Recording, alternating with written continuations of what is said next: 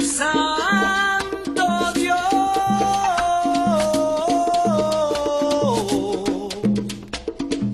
Santo fuerte, Santo inmortal.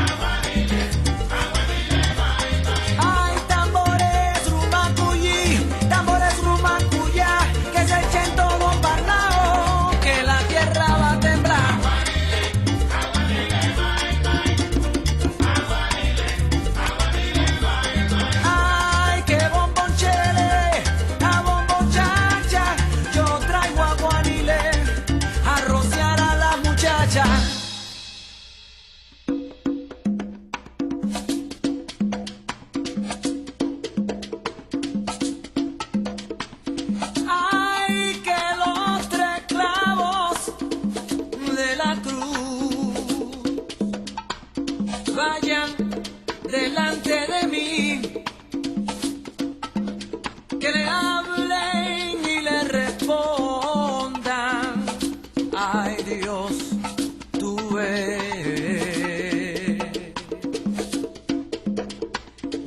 Al que me critique a mí, yo tengo agua ni ley, my.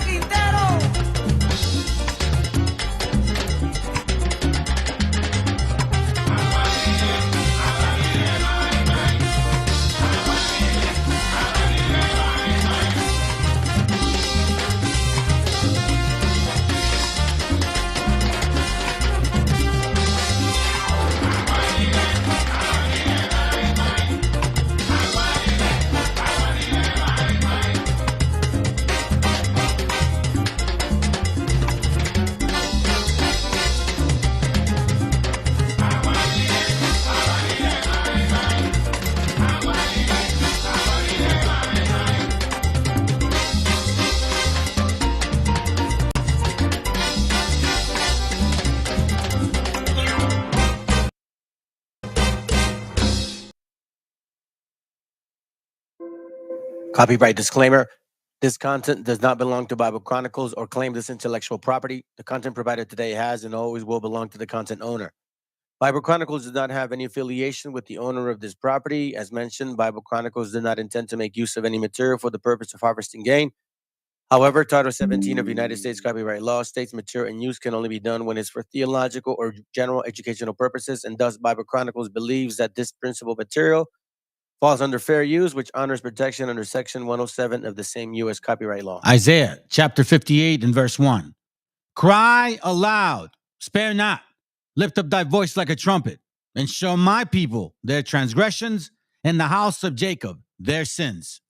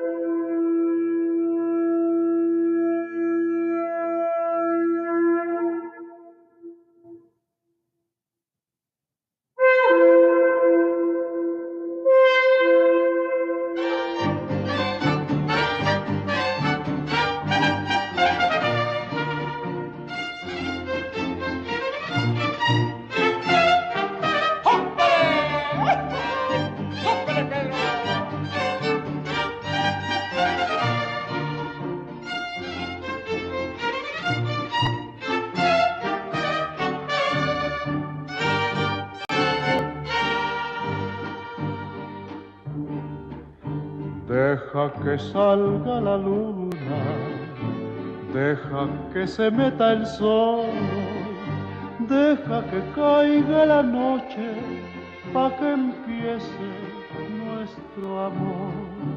Deja que las estrellitas me llenen de inspiración para decirte cositas muy bonitas, corazón. Yo sé que no hay en el mundo amor como el que me das, y sé que noche con noche va creciendo más y más. Y sé que noche con noche va creciendo más y más.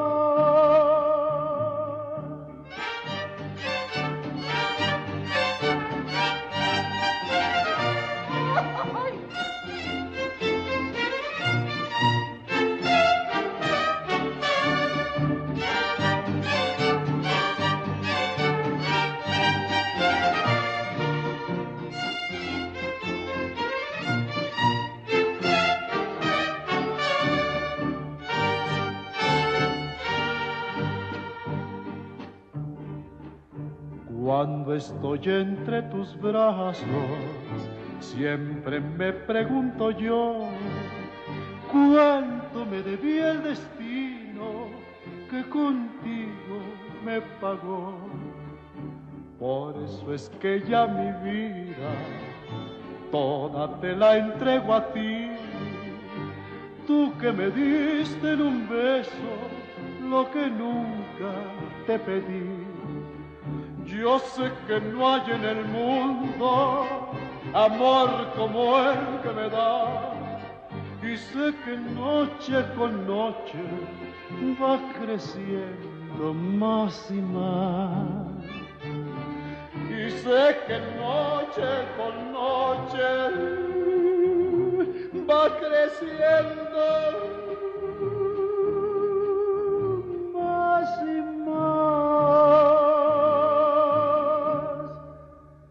Deja que salga la luna.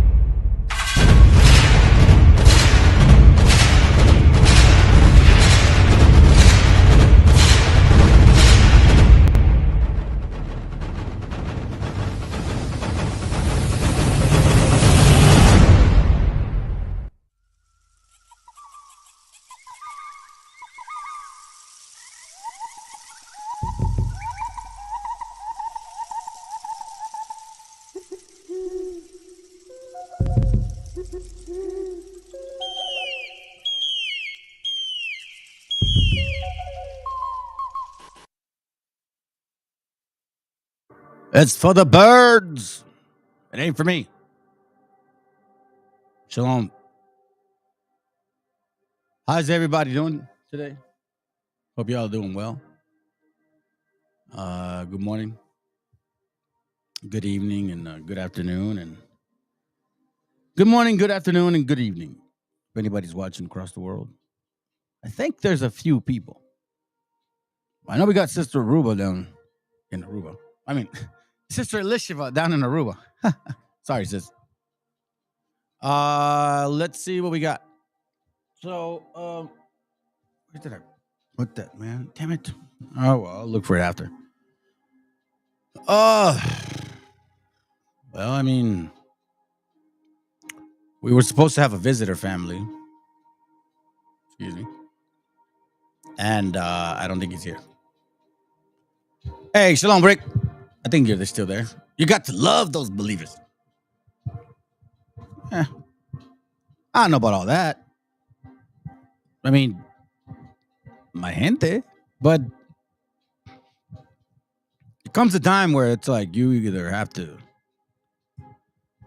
cut them loose, bro, or you become like them. But since he's not here, let's go about our class. I have a pretty good class today, I think so. So first of all, I played the Aguanile. As I want to show some love to our Taino brothers right here.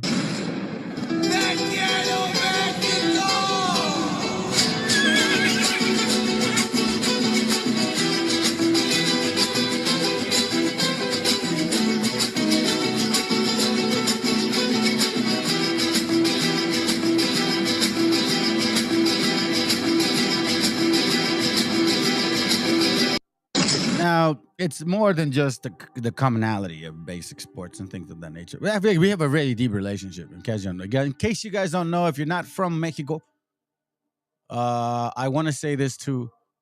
I had a little chatter with a so-called native. This guy's really weird.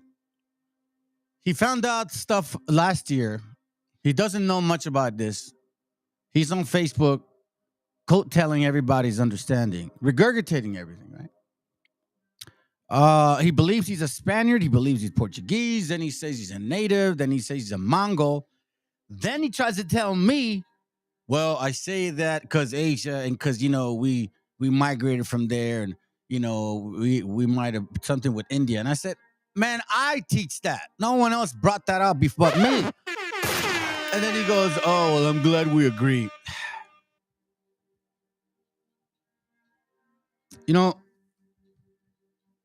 I knew this was going to happen. I had actually told a couple people that, watch, they're going to start accepting what I've been showing, but then they're not going to actually give credit to where it came from. Not that it's required, but it's about the fact that you, particular person, you think you're mixed with a bunch of stuff. Like, it's of the Father. I just find you so dumb. And you guys are kids, man. Like, if you think you're so-called Hispanic and you don't know anything about down south, just shut up. Just shut up. You know nothing. Nothing. Shit. I know more about your so-called American, Hispanic American, or Mexican American history than you know about you or your actual history. Hey, good morning to Cali. From Cali. That's right, bro. You know what? We get up early over here. Shalom, mashallah. So anyhow, it's just a bone I had to pick with somebody. I just find it so ridiculous, man. Like these young men, because they're 20, 30s, and y'all could, just because you have a job and you may be able to pay bills and you think you're a man now, because, you found out a little bit about you, but yet you're still a mixture. You call yourself a Mongol. You don't even know the connotation of that word. Mongolio is an insulting word in Mexico. For anybody that doesn't know this, if somebody calls you a Mongolio, it's not because, oh, hey, you mean I'm Asian, thank you. No, it's because they think you're stupid. You're dumb. You look like a retard. Sorry to use those words. I have a son that's sick. Okay. So I don't use those terminologies, but that is exactly what it means. So when you say, yeah, natives are Mongols, like you're stupid. So again, if you so-called natives say you're natives and you don't even know any history of down south, and stop telling people who you think they are. It's dumb.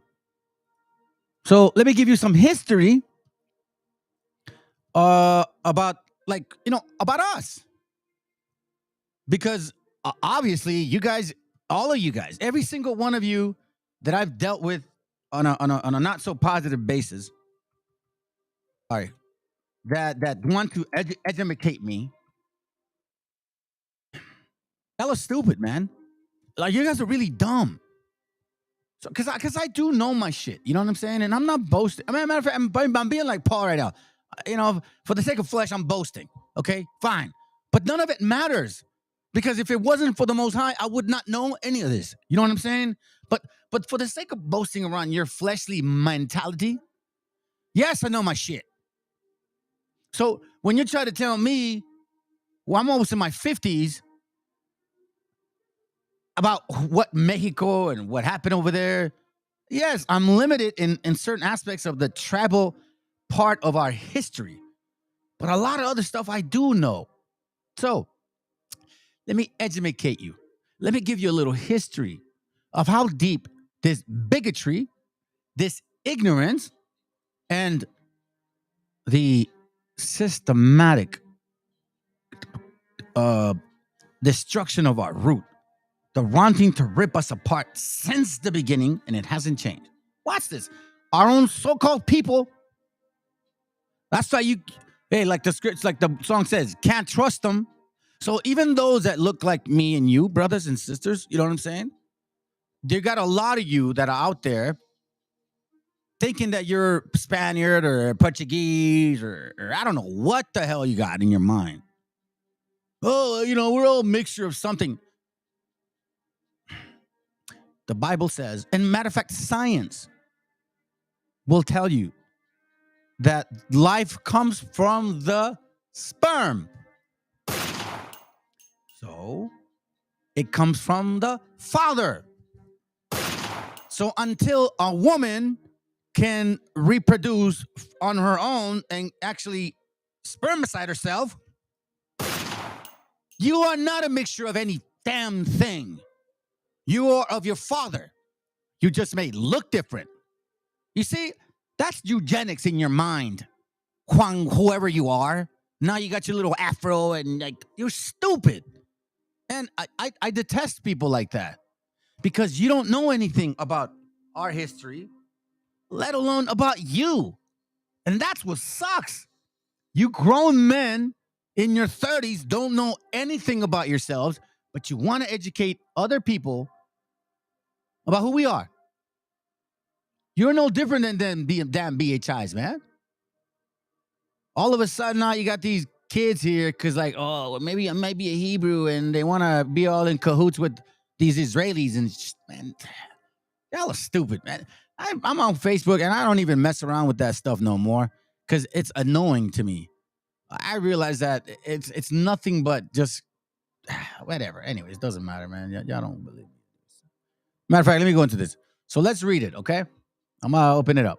So it says, June 19, 1867. So there's historical facts here in regards to how there's a consistent reminder of our slavery, of our oppression and slavery, yes, of course. Yeah, and slavery. And also the being taken into ships into other countries.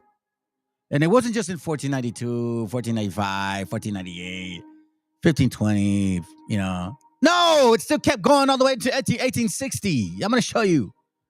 At 5 minutes past 7 in the morning, June 19, 1867, the convicts Fernando Maximiliano were executed simultaneously. Biography of Austria called Emperor of Mexico. You guys know Maximiliano, who was a self-proclaimed Emperor of Mexico. Look him up. It's very true. And his general, now I tell you, this is so interesting to me because for quite some time, I was like, man, how the hell does this guy go like from Austria? Just out of nowhere, just show up like, hey, go le pinches paisas, way. What time is it? Okay. It's June 19, 1860, June 19, whatever year he shows up. Soy el presidente, cabrones. Ah, cabrón. Muévanse, güeyes. A ver. A ver, que alguien me explique. Move over. I'm the emperor of Mexico now. So now we're fast forwarding and he gets executed. And I always wondered, how the hell does this happen? So now we got a little history. Watch this. Called the Emperor of Mexico and his general Tomás Mejía and Miguel Miramón. Do not forget that name. Do not forget that name. That name, Miguel Miramón, is extremely important. Now, by the way, for you guys that showed up and said, and like, oh, learn not the way of the heathen, what are you talking about this? Well, you obviously don't follow this channel. So if you're clicking in and clicking out, then you didn't watch the class yesterday. So that means that I don't care whether you clicked in or out. That means that you're just one of those, you're those that wind that just passes by. You're that seed that subscribed because it was cool, but you don't care for. That's a fact. So, like, for example, the 350 some people that subscribe to this channel, do you want to know how many are actually like legitimate? About maybe 10, 20% of them. About 60, 70 of them are really, they dabble into it. The rest of them are just, whatever. So anyhow, yesterday I said, I'm going to do a debate with a Christian. He was supposed to be here today. Obviously, he's not here today. But because I go about my business, you see, this family, I don't take none of this personal. I'm going to say this to you, heathens who want to come to this channel. I don't take anything personal. This is all business for me. This is not personal at all. This is all business. So when you deal with me, you're not going to, whatever you say, you know you're a heathen, right? You know you're making, we're your daddy. Okay. You know you came out of my nuts. Get to your point. So, that being said, let me continue with my show. So-called show. Because that's what also the brilloso, mocoso, chicloso, destruido, whatever, that whole thing.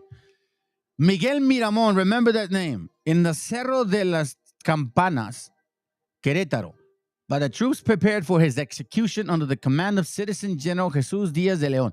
So, Maximiliano gets executed, the so-called Emperor of Mexico, along with Tomás Mejía and Miguel Miramón. Now, Miguel Miramón struck me as a very important name because you would think that, these people aren't around no more. You know what I'm saying? Like, whatever, whatever.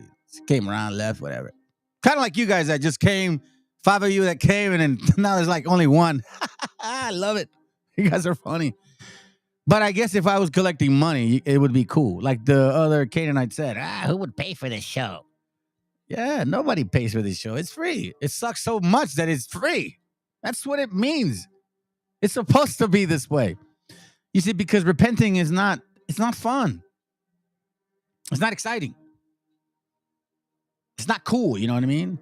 You don't go repenting. You don't repent and go to the club and like, yo, I'm repenting, dog. You know what I mean? I'm here at the club because I'm going to be saved. It's not fun. So, and also, history is boring to most of you. You don't care for it. I get it. I'll continue because this is not about you. It's about the few. Then it says, they were tried in accordance with the law of January 23rd, 1862 for crimes against the nation, public order, and peace. The law of nations and individual guarantees, yada, yada, yada, yada. So as you can see, the whole Pope Pius, whatever, this and that. Benito Juarez says something about this thing too. You guys can check it out. Show you the link. Show you the link real quick. All right, check it out. All right, so that being said, now, why am I showing this? Because scriptures talk about here, let me use this one here, and I'm going to use this other one here too. I'm going to have two just to be safe. Let me see.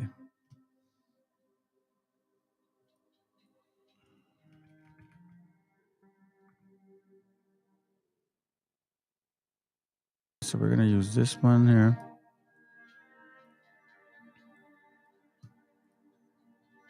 Yeah, I think we can use that one here. Okay, let's see. Okay, like that.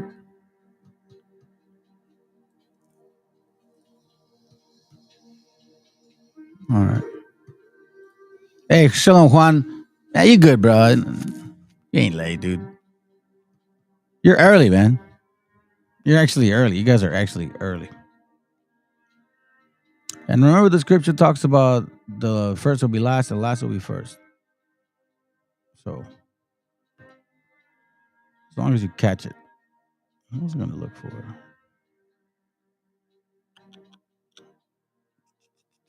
Well, give me a second. I was trying to look for something. You know what? Let's just continue with the video. So here we. Oh, that's right. That's right. I know what I was doing. Here, what's up? What was I looking for? There goes right there. Romans 15:4 says, hold on. It says, for whatsoever things were written aforetime were written for our learning, that we, through patience of the comfort of the scriptures, might have hope. Again, for whatsoever things were written aforetime, meaning the things that were written in the past, were written for our learning.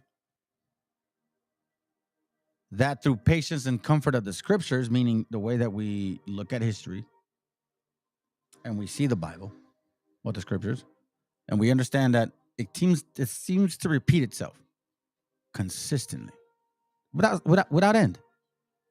So instead of us being in this mindset of the atheist, like Wisdom of Solomon 2 talks about, that's like they just believe that, well, life is just the way it is, and you die and you're born and whatever, you never come back again. With that kind of mentality, yes, it's very depressing. But when you realize that you're not of this world necessarily, but it's a spiritual thing. Like, even for example, the whole point about this dude that was supposed to show up today, who didn't show up. We're going to talk about laws. So, I kind of wanted to get into this topic here. Matter of fact, let me do this. It's 29 minutes. Let me show you guys this, and I'm going to actually show you what I was going to help them understand. Let's just get to it. You know what? Let me stop wasting time. Let's get to it. Let's make this fun, because I'm not going to waste anybody's time. All right, so check this out. I showed you guys Miramon, whatever, this and that, and the regarding the history about Maximiliano and all these things, right? So I found this very interesting because about this, yesterday, right? These guys had an actual talk. So Noroña is a potential candidate for presidency in Mexico, which they say that he's not going to win. Fine, I don't care. It doesn't matter to me. Politics is politics. We're not getting involved with that. But what I'm trying to mention is what he said. What he said was so interesting to me. Then this guy's, I like him because of the way that he speaks, but I don't think that's you can't kind of be that. You got to be more prudent when it comes to so-called presidency. You know what I'm saying? And that's the reason I believe he won't win. So listen to the first beginning, and then we're gonna skip it to this part, and I'm gonna share with you, and it's gonna make sense as to why I showed you the actual article. Okay, let's go. No solo utilizó una figura jurídica para el diálogo y el debate, la utilizó para alargarse, para además insultar a compañeras y compañeros que son sus pares, y que no nos trate así, que no difame, que no... No, señores, eso es absoluta violencia, y no es si es de género, es violencia humana. Sí, gracias. Dice una compañera diputada que cierre la boca. Si yo le dijera eso, me acusaría de violencia política de género. Pero ellas pueden ser todo lo insolentes que quieran, decir todas las majaderías que quieran. venga aquí a tribuna a demostrarme que tiene razón. Atropelló a un joven, lo mató, lo dejó ahí tirado y hoy me grita que me calle la boca. ¡Qué desvergüenza! So he brings us something that this woman did. She's over there complaining about, disrespecting, right? So she's like, shut up. You know what I mean? Like, all of a sudden you want to throw the gender stuff at me. Like, the nerve of you, you know what I mean? You ran over a boy, didn't care for him, and you're still on the run technically, right? So let's go. Ese es el amor del pueblo, ese es el amor que le tienen al pueblo. Asesinos es lo que son, irresponsables, rematadores del patrimonio nacional, traidores a la patria. Eso es lo que son. Les voy a dar su medicina, serénense. Es que les quiero dar hasta para Navidad. Yeah, that's what I love right there. He said, oh man, that was bad. And that's kind of what I was, hoping the brother would show up. Because he's like, don't worry about it. Just wait. I'm going to lay it down on you until it lasts till Christmas. So let's see what else he says. All right. So then now he goes, this girl is complaining. But no, check this out. So this one here, hold on, let me see. One thing you need to do before buying. Why? This whole time you guys weren't playing commercials. I was watching this video for a while. Wow.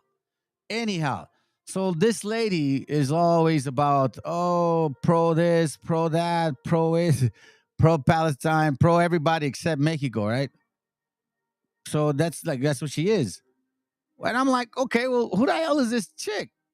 So Maria Gomez del Campo Gursa. Okay? So, she's like, check it out. Look, just listen. La calidad de unos no puede ser pagada con la sangre de otros. Desde este Congreso de la Unión debemos de verdad decirlo con mucha fuerza, que se termine la violencia en contra de civiles inocentes y debiéramos estar proclamando por paz y más paz en México. So the reason they make fun of her is because she comes from a family, you're going to find out, a history, a lineage of oppressive people. So she stands for, peace and help and this and that, and I want to help you and I want to help you. It's like, the whole people that want to teach you all the Bible. They leave the house and they want to teach the Bible and they want to tell everybody how to go about doing their business, and they don't know much, but they want to tell you the Bible, but yet they can't teach their family. They don't want to. I don't know why. They can't teach their mom, their wife, their kids.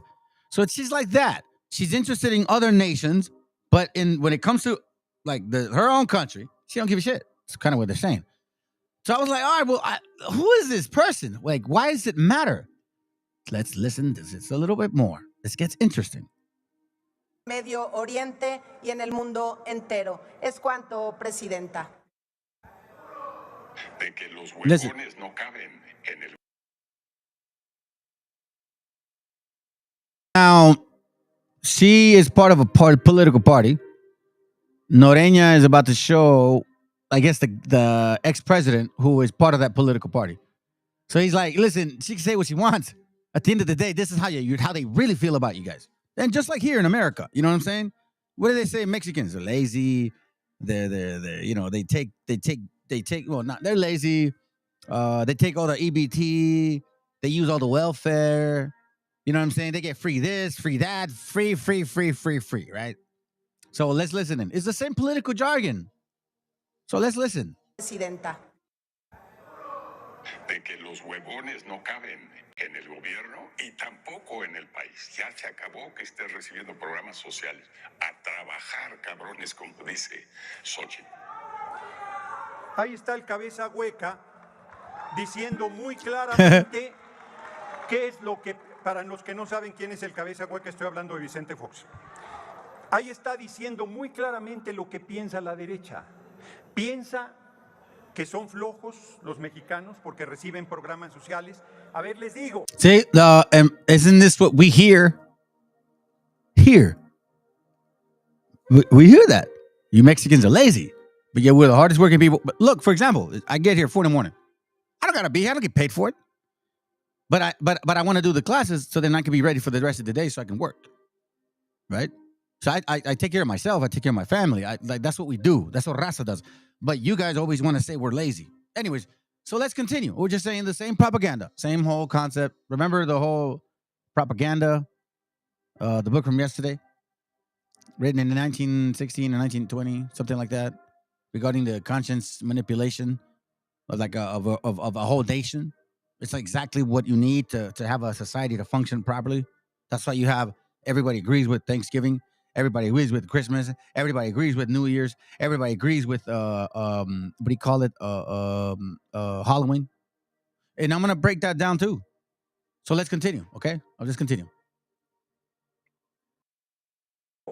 El presupuesto es dinero del pueblo que va al pueblo, no le estamos regalando nada, es un derecho. Los adultos mayores han trabajado toda su vida y gracias a los gobiernos neoliberales del PRI y del PAN no tienen pensión porque no les daban seguro social. So what he's saying is like, the elderly people, which is very true, family, our parents, our great-grandparents, grandparents, they worked their asses off. Nothing came for free. Nothing came free for them. Nothing was given to them at all. No pension, no retirement, no social security, nothing. All that money was going to wood, to people to power. All of it. So he's right. Even the neoliberals like, oh, we're about the people. You guys didn't care for it. So anyways, again, this is political jargon, but I'm trying to show you a point of how the Bible explains who we are. And it said, Deuteronomy 28:46, it'll be a sign upon thee forever. And upon thy seed forever. What's going to be upon thy seed forever? Slavery. Being put in slave slips. What? Porque no respetaban los derechos laborales, porque le hacían canallada y media. Hoy los adultos mayores por lo menos tienen un apoyo constitucional que ustedes quieren quitar si llegan a la presidencia. Aquí lo acabo de demostrar, no lo estoy diciendo yo. A los jóvenes les decían ninis. Y dan pero vueltas de rabia porque se les da apoyo en becas a preparatorias para que no haya ausentismo. Ustedes prefieren el Fobapro a darle a los banqueros, a la banca extranjera. Right. Here is the catch. That they prefer to give the money to foreign banks. I was like, okay, I know that part. We know who owns foreign banks, family. We know who owns foreign banks. All right? We know that. Let's continue. Extranjera, miles de millones de pesos. Prefieren que sigamos pagando la deuda de su tatarabuelito Miramón, que fue fusilado. Boom! That right there. Wait a minute. Who are you? Who are you, great-great-grandfather Miramon? Who the hell are you? So that caught my eye. That caught my ear. I was like, wait, hold on. I was like, hold on, your horses. What the hell did he just say? They're paying, who's that? Like, hold on a second. What? You see, the Most High opens your ears like that, family. He opens your eyes and opens your ears and you catch everything. Well, not everything. Things that he needs you to catch.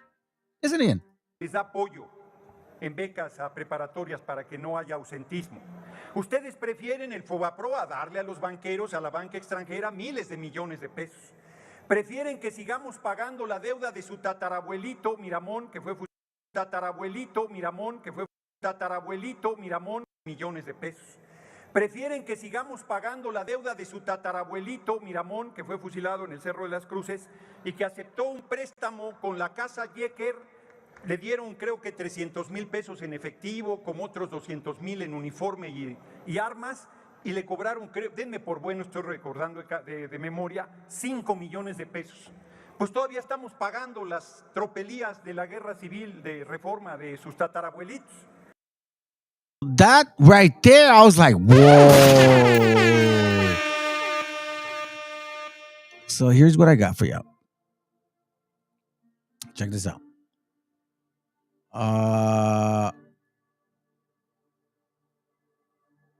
Let me see, where did I put it?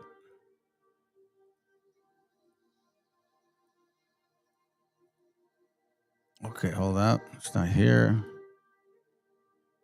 I know I put it somewhere.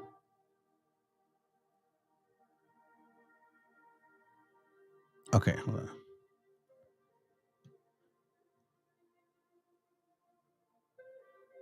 So, here, I'll show you this one.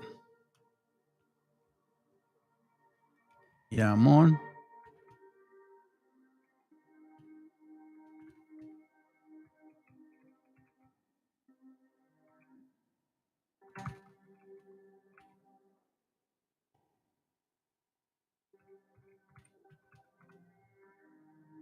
So this is Miguel Miramon. Okay. And this is who that lady is related to. And I guess somehow Fox is related to this guy. So he's saying that these people were traitors against the nation. And that they basically gave the power over to these foreigners, for their own benefit. Between, as you can see, 1831 to 1867. He's a conservative general. Now, I showed you the earlier article. This one right here. That Maximiliano Miramón y Mejía son fusilados. They're shot. They're executed. Not shot. They're executed. Why? Because they went against the people. Okay? So if you listen to this here, this gets interesting because right around this time, okay? Let me see if I can find it. Right around this time, you see a very distinctive change. So now, I'm going to show you this real quick. So now we know that they're paying a debt from 1860, right? Still. And these guys were traitors to the nation, so-called traitors, right? Check this out. Porfirio Diaz took over around that time after Benito Juarez. And between that time and this time, there's quietness about this, okay?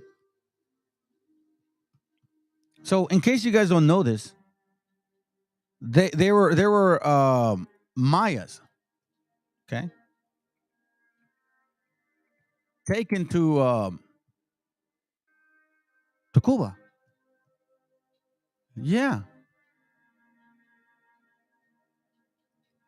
This is from a book called La Guerra de Caza de Yucatán. Now, keep in mind, and I want to remind you guys that the whole point is not just for entertainment, like Chicloso wants to call it. This is to show you that we are in the Bible. Deuteronomy 28:46 says, "And they shall be upon thee for a sign and for a wonder, and upon thy seed forever." What should be a sign for you? These curses. Which curses? Like, what are you talking about? Like, all of them? Yeah, for the most part. Here's one that you can say it happens to us. Now, they say that it didn't happen to us, that that's not true. They want to remind us of these damn stupid slavery movies, but yet it was our people that were always getting enslaved and put on ships. Verse 68, "And the Lord shall bring thee into Egypt again with ships, by the way whereof I spake unto thee, and thou shalt see it no more again." Which ships? It's in Spanish. La indicación más vivida del desastre causado por la rebelión está sencillamente en las cifras que muestran la merma de la población entre 1846 y 1850. La población de Yucatán casi la mitad, los distritos de Valladolid y de Tecax. So I'm just showing you a little bit of what's going on here, okay? Tenemos que renunciar incluso a la dudosa seguridad de estas cifras cuando tratamos de explicar la población actual. Un cálculo basado en los datos nos daría que en 1850 había unos 80,000 rebeldes, unos 10,000 mayas y ladinos buscaron refugio en Belice. Ladinos were so-called Latinos. Ladinos is those Sephardic. That's another topic. I don't want to distract you. Let's continue. Y unos cuantos miles más que no contaremos. Huyeron a Guatemala. Cosa de 10,000 ladinos tal vez se embarcaron para ir a Cuba, Tabasco o Veracruz. Estos nos deja todavía 1,440,000 personas sin justificar que seguramente serían los muertos. 30% de la población muerta por armas de fuego, machetes, hambre y enfermedad. Ningún H-Man había previsto tal desastre. El único recurso natural de Yucatán había sido de la tierra y la gente que la trabajara. Ahora se había recobrado la tierra, pero no la gente, y faltaba el alimento para los supervivientes, disculpen, arriesgándose a los disparos de los tiradores apostados o a un machetazo mientras cosechaban los campos de los rebeldes. So it's like our brothers were going through a lot of threats. You know what I'm saying? Like stuff going on, and they have to work through this. Check this out. Page, which page is it? Page 132 of the same book. La Guerra de Casta de Yucatán. It says, teniendo presente todo esto, el gobernador Barbachano dio un paso por el que todavía se recordaba su nombre en México. Se puso a vender mallas a Cuba. A ver, que alguien me explique. And upon thy seed forever. Había muchas justificaciones en la apariencia. Les salvaba la vida, eran rebeldes, o por lo tanto podían recibir el castigo más severo. So what he's saying is like, oh, because, you know, we're saving their lives, pobrecitos indios, pobrecitos. They're rebels, they're rapists, they're murderers, we're just going to send them away to Cuba. Okay? Eran rebeldes y por lo tanto podían recibir el castigo más severo. La ejecución o, como había decretado el Congreso, 10 años de destierro. Slavery. Or you know, jail time. Los expedían con un contrato por 10 años. So-called indentured servitude. So-called, right? Y finalmente, el Estado necesitaba dinero. De todos modos, no dejaba de ser esclavitud. Verse. How does I mean, can you walk to Cuba from Yucatán? No, you have to get on ships. But they were sold on ships as slaves. El primer contrato fue de 25 pesos por cabeza y el 5 de marzo de 1849 embarcaron para La Habana 140 y 15 de mayo 195, los 8,375 pesos que produjeron se utilizaron para transportar la 7A, no sé qué significa eso, divisiones expedicionaria. Ahora, hay que leer aquí, dice, el cónsul de México comunicó a la capital de la nación la llegada de los prisioneros a La Habana y al clamorear la prensa mexicana pidiendo la cabeza de Barbachano, ordenó el regañadiente que cesara aquel tráfico, meaning to stop, to cease. No se habían derramado lágrimas por los cautivos enviados a Veracruz, porque aquella era territorio nacional. Pero los indios daba igual. Lo malo era de que México también tenía bastante trabajo esclavo. En un artículo de periódico no tardó en proponerse que se enviaran 10,000 mallas a Cuba y que se emplearan los $50,000 de adelante recibidos. $50,000, güey. No son pesos, son dólares. So, ¿quién los estaban comprando? Who's buying these mallas? You know it. Y de adelante recibidos por sus salarios en los sustentos de viudas, huérfanos y veteranos inútiles, así como para hacer préstamos a los negociantes y reanimar el comercio. La idea era interesante y nada fácil de olvidar.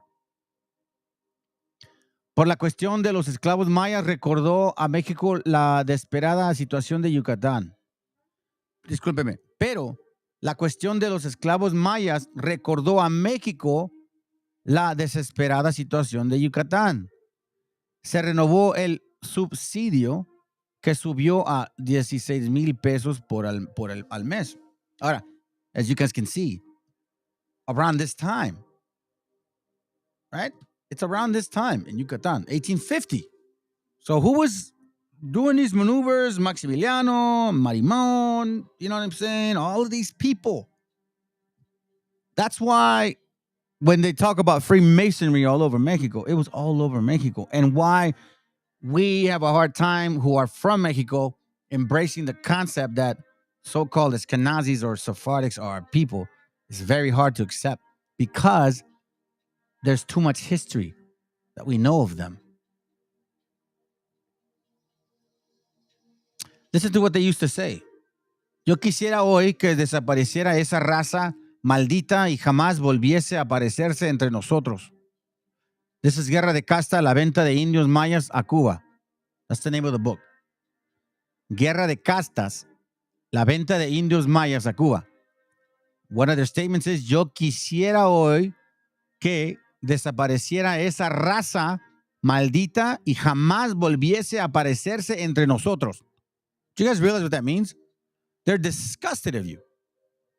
Yo los maldigo hoy por su ferocidad salvaje. Y'all are savages. Damn beaners. Por su odio fanático y por su innoble afán de exterminio. Echar fuera de la península a todos los elementos de color. Now you guys understanding the whole Calico thing? They're in Yucatan, mining for concrete. Do you guys see the connections now? Wherever there's minerals, whatever there's resources, America loves to exploit and export the people out of there.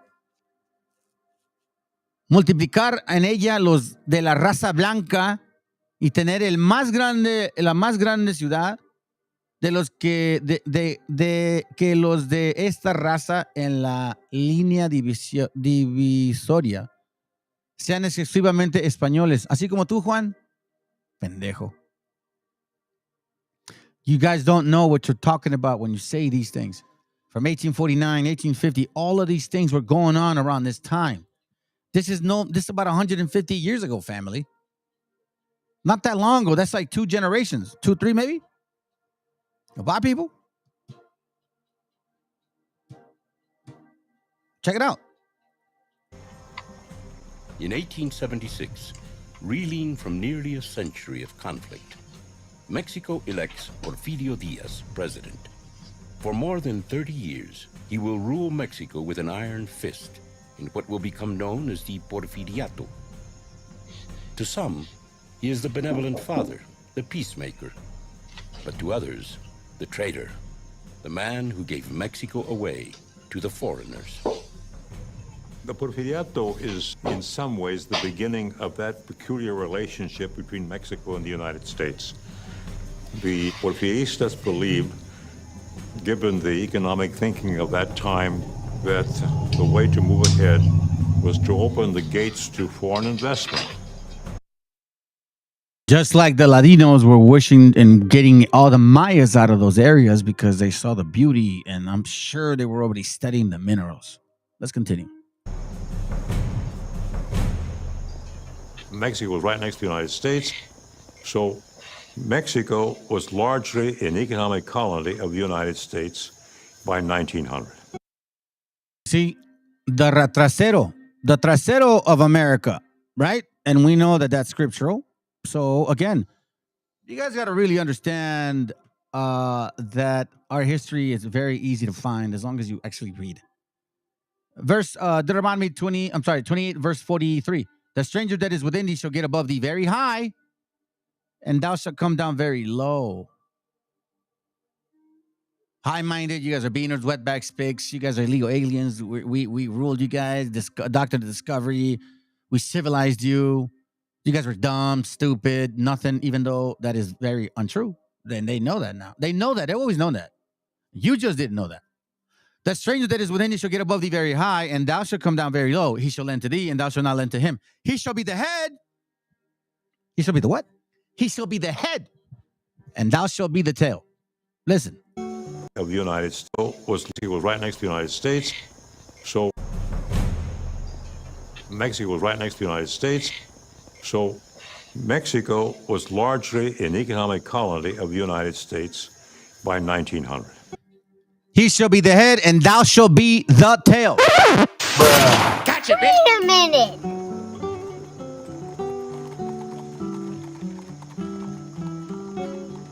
The center of power during the Porfiriato is Mexico City. Here, Diaz surrounds himself by a group of technocrats known as the Científicos. This circle of power controls much of the nation's wealth. Don't think and believe that they had nothing to do with Maximiliano coming in. Of course they did. And as soon as they got caught, I don't know nothing. With little regard for anyone outside their circle. The Científicos were the people who implemented his economic policies. These were the people who wrote the legislation for the passage of laws. These were the people who put together the contracts between the Mexican government and foreign companies and so on. Where you going? They were elitist. Some of them were racist. That is, they believed in the notion that the biggest problem that Mexico faced was its backward Indian problem that Mexico faced, that is, they believed in the notion that the biggest problem that Mexico faced was its backward Indian population.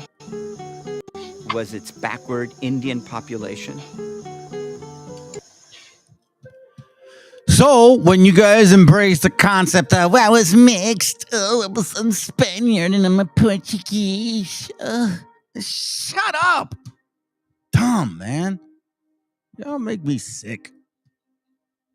That's why I really don't really mind that y'all are gonna get destroyed. I really don't. I look forward to it. Especially you guys that are so arrogant, man. You guys are just arrogant people. Think you know something. That's why the Bible is so powerful. Sharper than any two-edged sword. Check this out, family. Let's get to this point here. So this guy's like, John 3:16 never showed up. I expected. He probably thought about it. And I don't know what the hell it was. Anyway, so let's just kind of go about this whole thing. Let's go to Genesis. Did I spell it right? All right, I'm about to buy my glasses, man, because I can't see anymore. Genesis 10:25. So let's read this. Genesis 20:25 says this, okay? It says, matter of fact, I'm gonna do it this way. Do it. Genesis 20:25.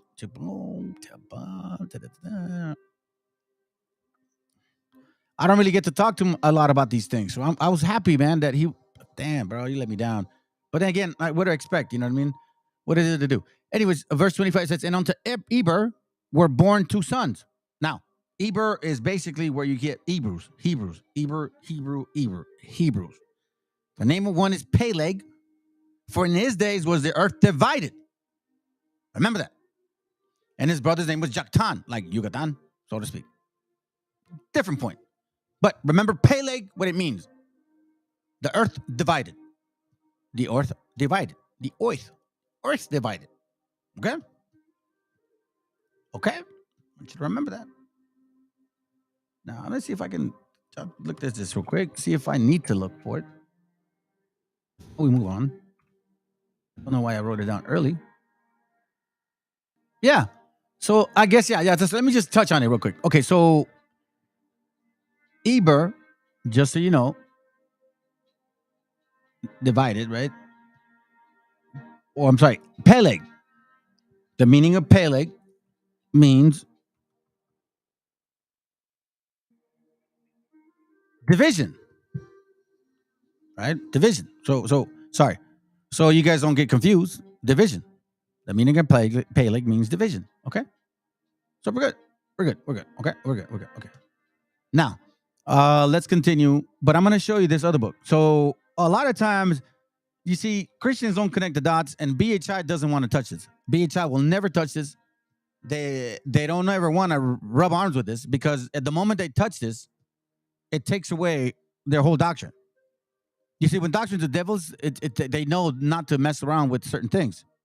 So here we see particular division of Shem, Ham, and Japheth. Okay, I'm not gonna read it, so to speak, for like the whole thing, but I'm just gonna show you something real quick. Okay, so here's the division, and we're gonna see the name Peleg.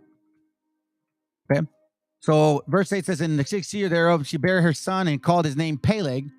For in the days when he was born, the children of Noah began to divide the earth among themselves. For this reason, he called his name Peleg." So we see a division now. Divided. Now we see division. They divided it secretly amongst them. Okay? Oh, Shem, Ham, and Japheth, according to their inheritance. Now, check this out.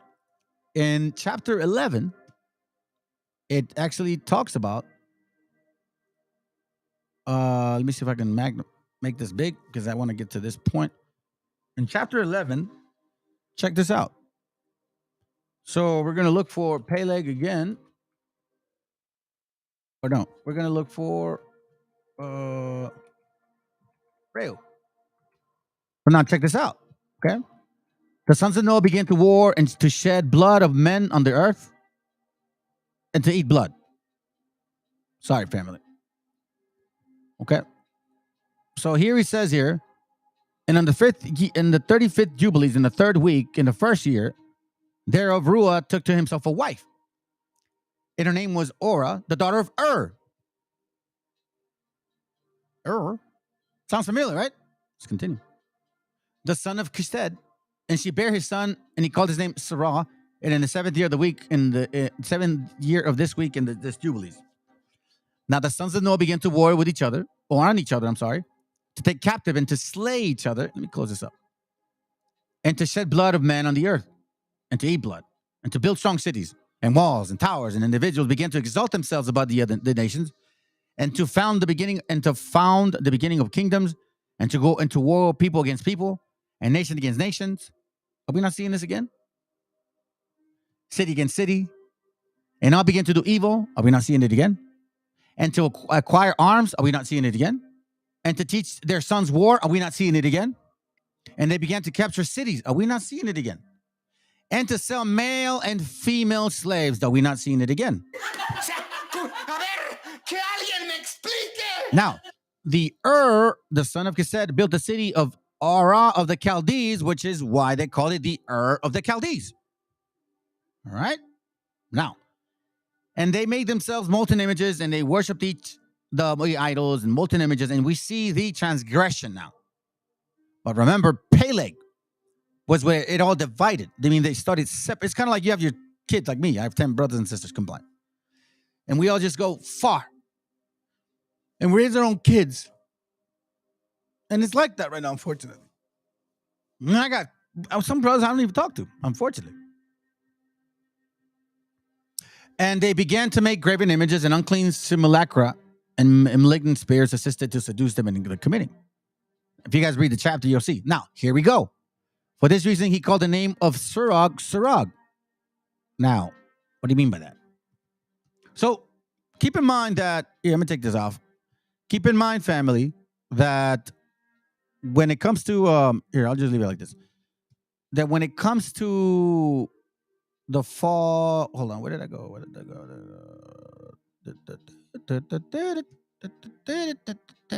Oh, verse 6, sorry. Yeah, I'll just leave it like this because it's kind of better, I guess. You guys can see it. Keep in mind that you have, the lineage. Now, the division was Peleg. Now, Peleg, he didn't war against, his people.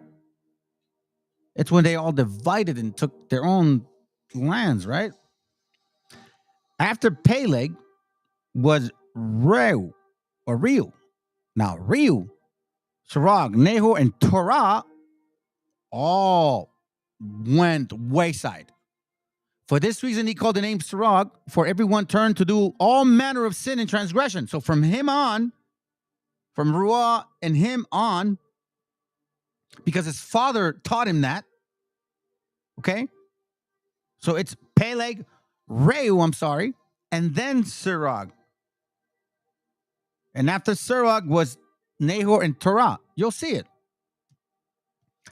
So it goes, and he grew up and dwelt in the Ur of the Chaldees, yada, yada, yada, near to the father of his wife's mother, and he worshipped idols, and he took to himself a wife in 36 jubilees in the 5th week and in the 5th year. Verse 8, and she bare him Nahor. He grew up in the Ur of the Chaldees as well. Right? And then Nahor married, and he had a son, and she bare him Terah. And the prince Mastaman sent ravens and birds to devour the seas. So you can see, like, it's a very parabolic here. So now Terah, verse 12 says, for this reason he called his name Terah, because the ravens and the birds reduced them to destruction and devoured their seed. Find it interesting that Elijah was told, go to the creek and I'll send the ravens to feed you. Interesting. But anyways, the point being here is that you have Reu, Sarah, Nahor, Terah, and then Abraham. Now, why is it important for me to explain all of this to you? You have to know the history so you don't get caught up in the Christian crap. So here in chapter 12, Abraham starts to understand, like, hey, why are you worshiping these other spirits? And you literally this chapter, you're like, his dad is like, yeah, I know. See, look, check it out. Verse 9 says, and in the 4th Jubilees, in the 2nd week, the 7th year of the thereof, Abraham took himself a wife, and her name was Sarai, the daughter of his father, and she became his wife. We'll get into that later. And Haran, his brother, took to himself a wife in the 3rd year, and she bare his son in the 7th week. Nahor, his brother, took his wife himself, right? And in the 6th year of the life of Abraham, that is, in the 4th week of the 4th year thereof, Abraham arose by night and burned the house of the idols and burned all that was in the house, and no man knew. And they arose at night and sought to save their gods from the midst of the fire. And Haran hasted to save them, but the fire flamed over him. So he's explaining what he had done, right? And he was burnt in the fire, and he died in the Ur of the Chaldees before Terah his father, and they buried him in the Ur of the Chaldees. So this is all going on in the Ur of the Chaldees. So they bugged out, and they're worshiping other gods in the Ur of the Chaldees. We all know now where the Ur of the Chaldees is, okay? Now, it's not in Africa. Now, Terah went forth to the Ur of the Chaldees, he and his sons, you can see, kept going forward. So as you can see now, it's Abraham and the Most High now working with each other now. Okay? So I need you guys to understand what that means, because it's gonna touch on this. So when this brother here shows up, you're probably watching. I think you're watching, honestly. I just think, and it's fine. You don't want to deal with me. That's fine. I'm gonna show you. John 3:16. No, keep in mind, family, that in this book, this chapter, he's talking to Nicodemus, a ruler of the Jews. And he came to him by night. Now, why? Because he didn't want to be seen. You go to somebody at night, it's like, I don't want people to see me. You know what I'm saying? So he says to him. And John 3:2 says, and the same came to Jesus by night and said unto him, Rabbi, we know that thou art a teacher come from God.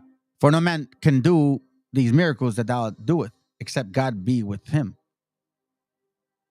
Jesus answered and said unto him, verily, verily, I say unto thee, except a man be born again, he cannot see the kingdom of God. So now people miss out that this is a conversation between two men at night alone. Why? Because Nicodemus didn't want to be seen. So he wouldn't be around even with him, the Messiah, with someone else, because he couldn't trust anyone else. He couldn't trust Judah or Judas, whatever his name was. He didn't really know, right? So he's like, nah. So he was alone. So he's going through this whole thing. You guys read this chapter. I'm sure you have. Now, before I get to 13, 14, let's read the 16. Keep in mind, he's having a conversation with Nicodemus. It's like you and I. It's not a group of people, just you and I. Like, yeah, bro, you know what I'm saying? So he goes, verse 16. So Nicodemus, listen, for God so loved the world that he gave his only begotten son, that whosoever believeth in him should not perish, but have everlasting life. Now, keep in mind that he said it as a third person. He didn't say like, for God so loved the world that he gave you, me. There's a reason why I said that. But let's break this down. That whosoever believeth in him should not perish, but have everlasting life. So if you read it if you isolate this verse, yeah, of course, it's going to be like, yeah, man, you know what? You're right. God loves everybody. Oh, God loves everybody. Okay. But you're forgetting a lot. Because even if you keep going, it's even telling you even more. But for the sake of time, let's break this down. So it says, for God so loved the world. So now, you guys need to understand, does God love everybody? No, because, I don't have to go to it, but you guys already know, Romans 9, God loves Jacob, but hated Esau. So he doesn't love everybody, right? It's common sense. I don't got to show you that. But then when you go to this chapter here, he makes it very clear. Very distinctively. Okay?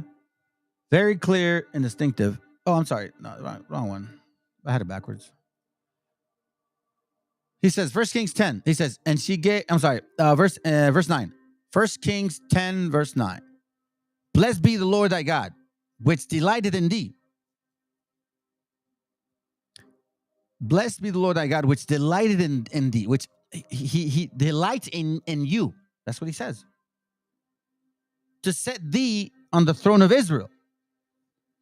Because the Lord loved Israel forever.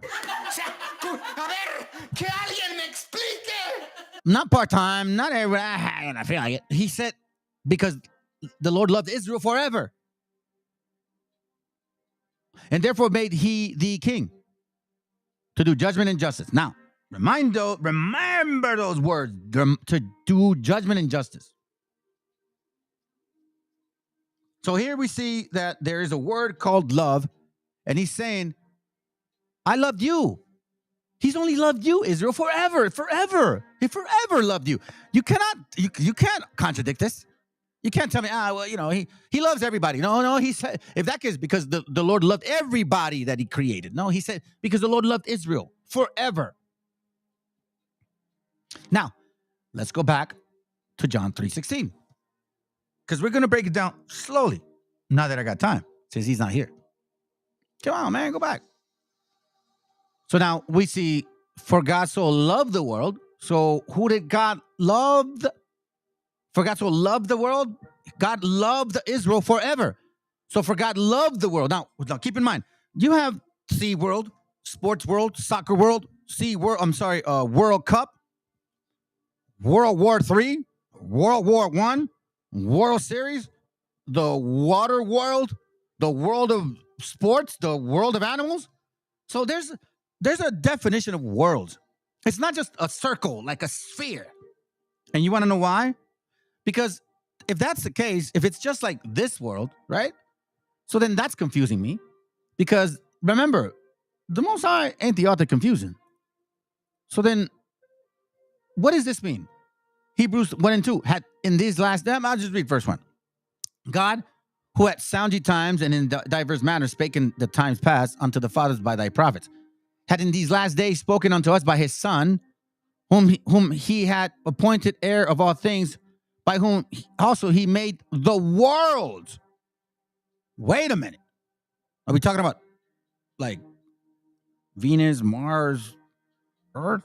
No, that's not what he's talking about. That's just one. So now that's the New Testament.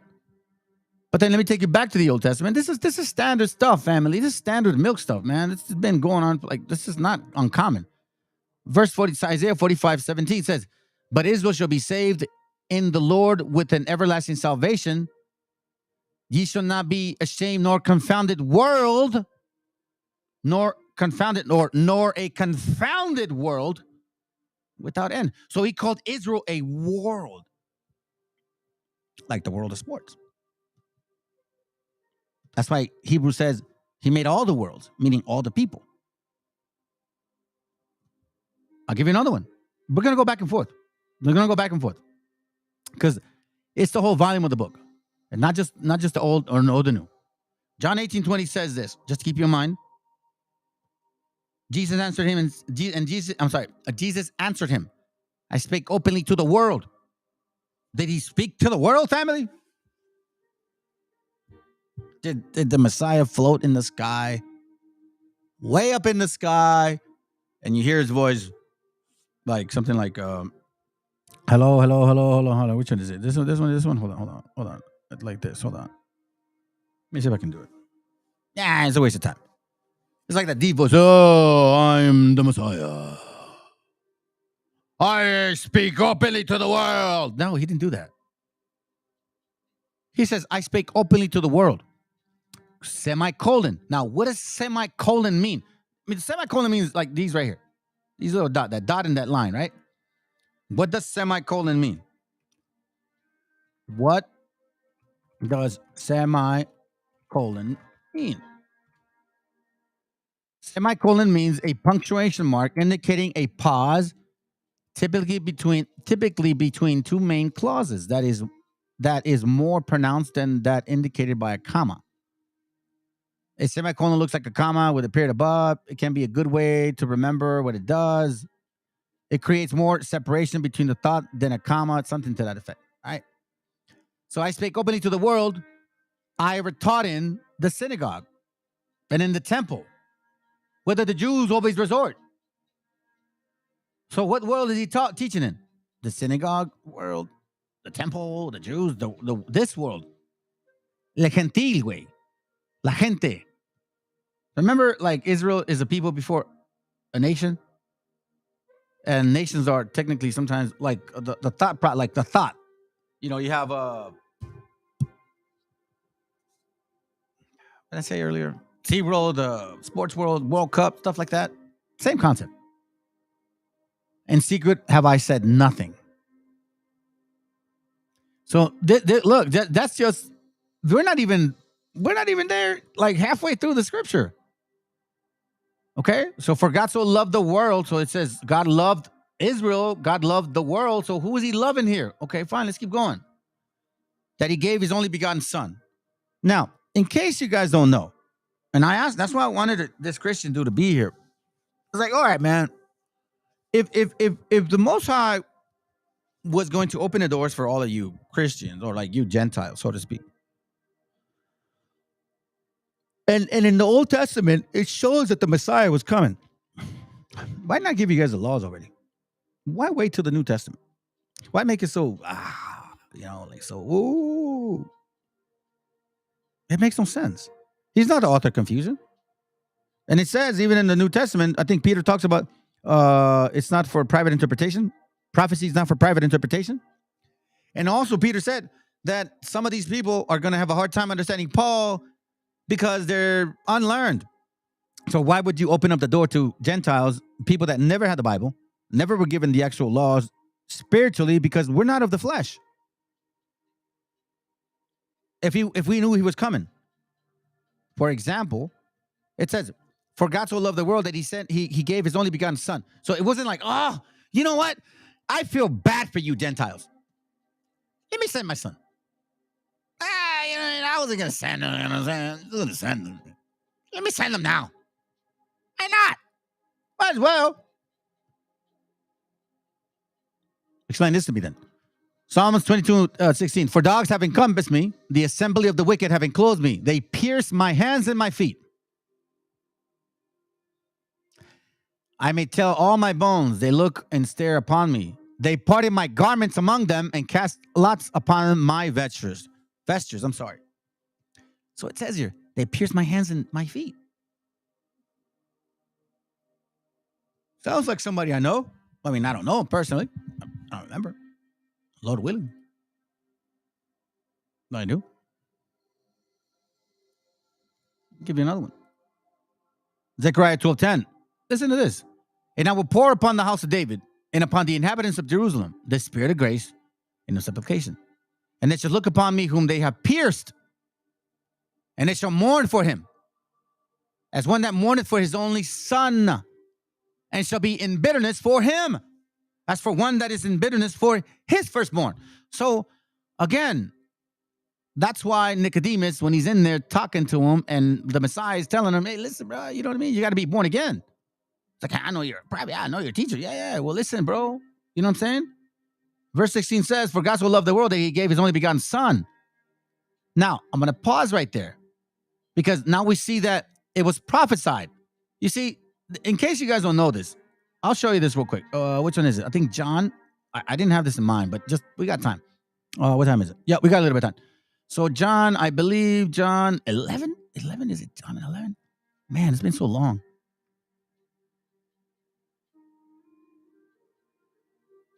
Here it goes right here. Yep, John 11:47. Okay, so now, keep in mind that for God so loved the world that he gave his only begotten son, meaning that it wasn't just like, it didn't, God, like, you know what? I'm just going to send them, dude.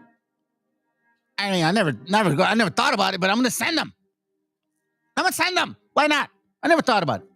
Why not? Just let these Gentiles in the fold. Who cares? I mean, my people don't even listen anyways. But still, the private interpretation, you can't do that. No.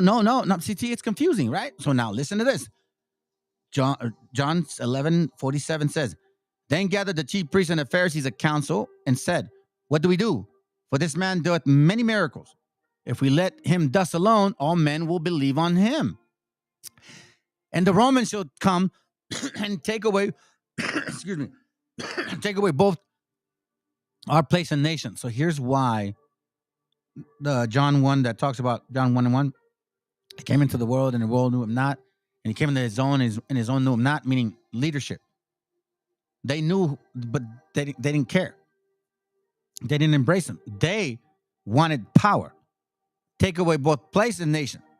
Then he says, one of them named Caiaphas, being the high priest the same year, said unto him, because they were going back and forth, Caiaphas and another guy, ye know nothing at all, nor consider that it is expedient for us, that one man should die for the people. What? Which people? And that the whole nation perish not. Which nation? They only cared about them. They didn't care about anybody else. These are rabbis. Right? And this spake he not of himself, but being high priest that year, he prophesied that Jesus should die for that nation. Which one? The Jews. Should die for that nation, and not for that nation only, but that also he should gather together in one the children of God that were scattered abroad. Come on, man. Let's go through that. Damn it. Gotcha, bitch. Scattered abroad. So now he says, he prophesied himself. He's like, listen, y'all don't know nothing. He's in the Bible. He's supposed to save us. He's supposed to save us, and then also the nations that are scattered abroad. You don't know nothing. This spake he not of himself, but being the high priest that year, he prophesied that Jesus should die for the nation. Why? Because he saw it in the Bible. And not for that nation only, but also for he should gather together in one the children of God who were scattered abroad. Then from that day forth, they took counsel together to put him to death. Bam. That's why that's important too. Because when did they put him to death? We're going to touch on it. But we're not done with this whole little John 3:16 stuff. No. Al contrario, my friend. You wanted my attention. You guys, I guess you think I don't know the Bible. Then I guess I don't know the Bible. I'm just, hey, by the way, BHIs, everybody, I don't know the Bible, guys. I'm Mexican, What do I know? What do I know? I don't have woolly hair. I don't know shit. So I'm just making this all up, fam. I'm just making it up, I'm just guessing. I'm just kind of like kicking whatever verse comes to mind. I'm making it all up. So let me continue making it all up. Then he says, for God so loved the world. We touched on that. For God so loved, we know who that is. The world, we know who that is. That he gave his only begotten son. And we know that this begotten son was supposed to come, right? That whosoever believeth on him. Now, here's like, but it says whosoever. that whosoever believeth on him should not perish. Now, remember, he's not talking to a crowd. He's talking to Nicodemus. It's just him and Nicodemus, right? That whosoever believeth on him should not perish. I'm going to read something to you guys. Verse 14. No, verse 11, he's trying to get Nicodemus to understand what the Messiah's purpose is here. So then he's not understanding, right? So verse 12, he says, if I have told you earthly things and ye believe not, how shall ye believe if I tell you of heavenly things? And no man had ascended up to heaven, but he that came down from heaven, even the Son of Man which is in heaven. And as Moses lifted up the serpent in the wilderness, like Exodus, even so must the Son of Man be lifted up. Remember, people were bit because they were complaining. And he said, lift up a rod, like the serpent. And when they look upon it, they'll be saved. Right? And as Moses lifted up the serpent in the wilderness, even so must the Son of Man be lifted up. Now, he lifted up the serpent for Israel. It wasn't everybody. That whosoever believeth on him should not perish, but have eternal life.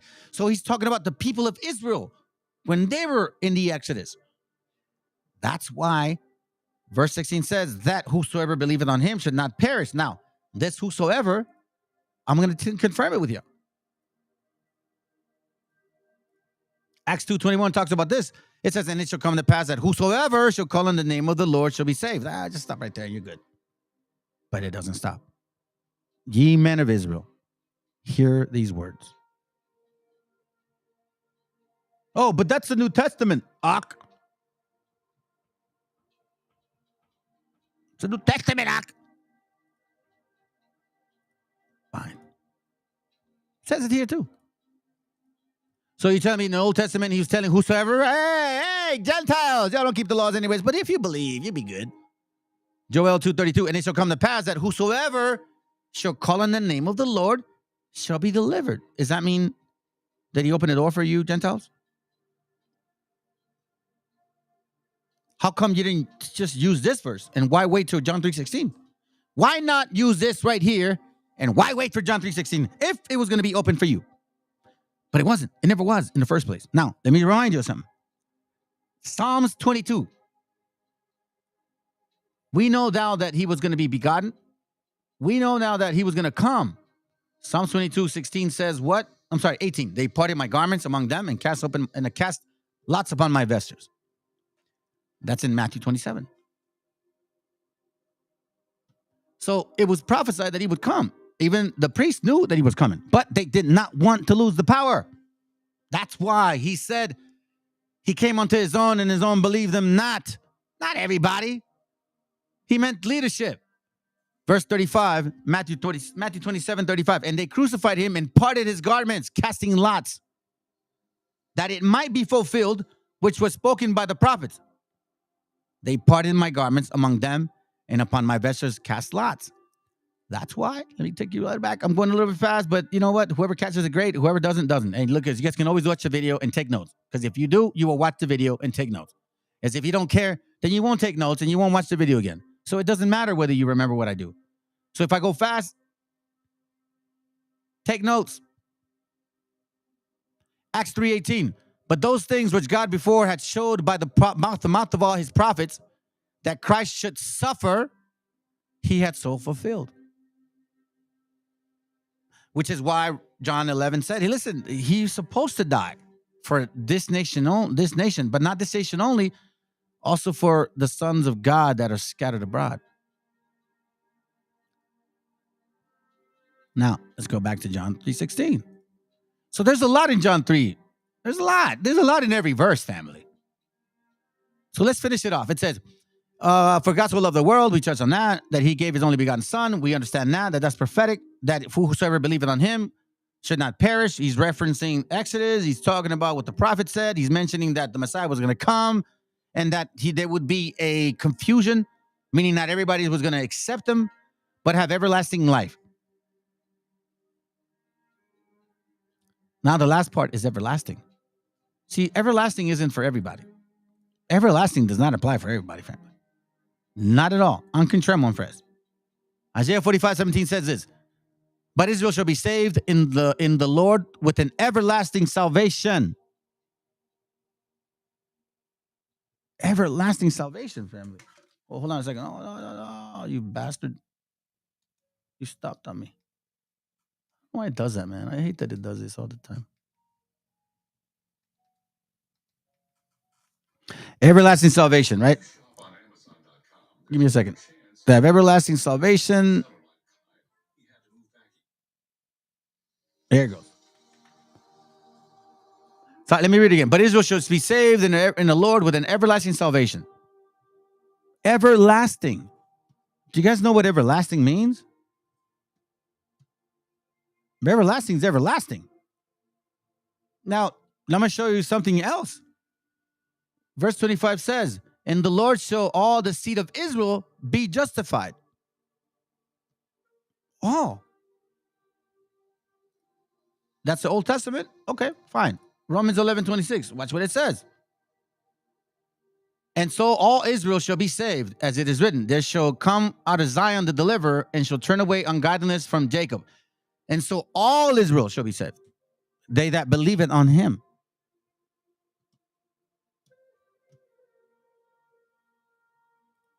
Let's go back to the Old Testament. Just going to go back and forth so you can see.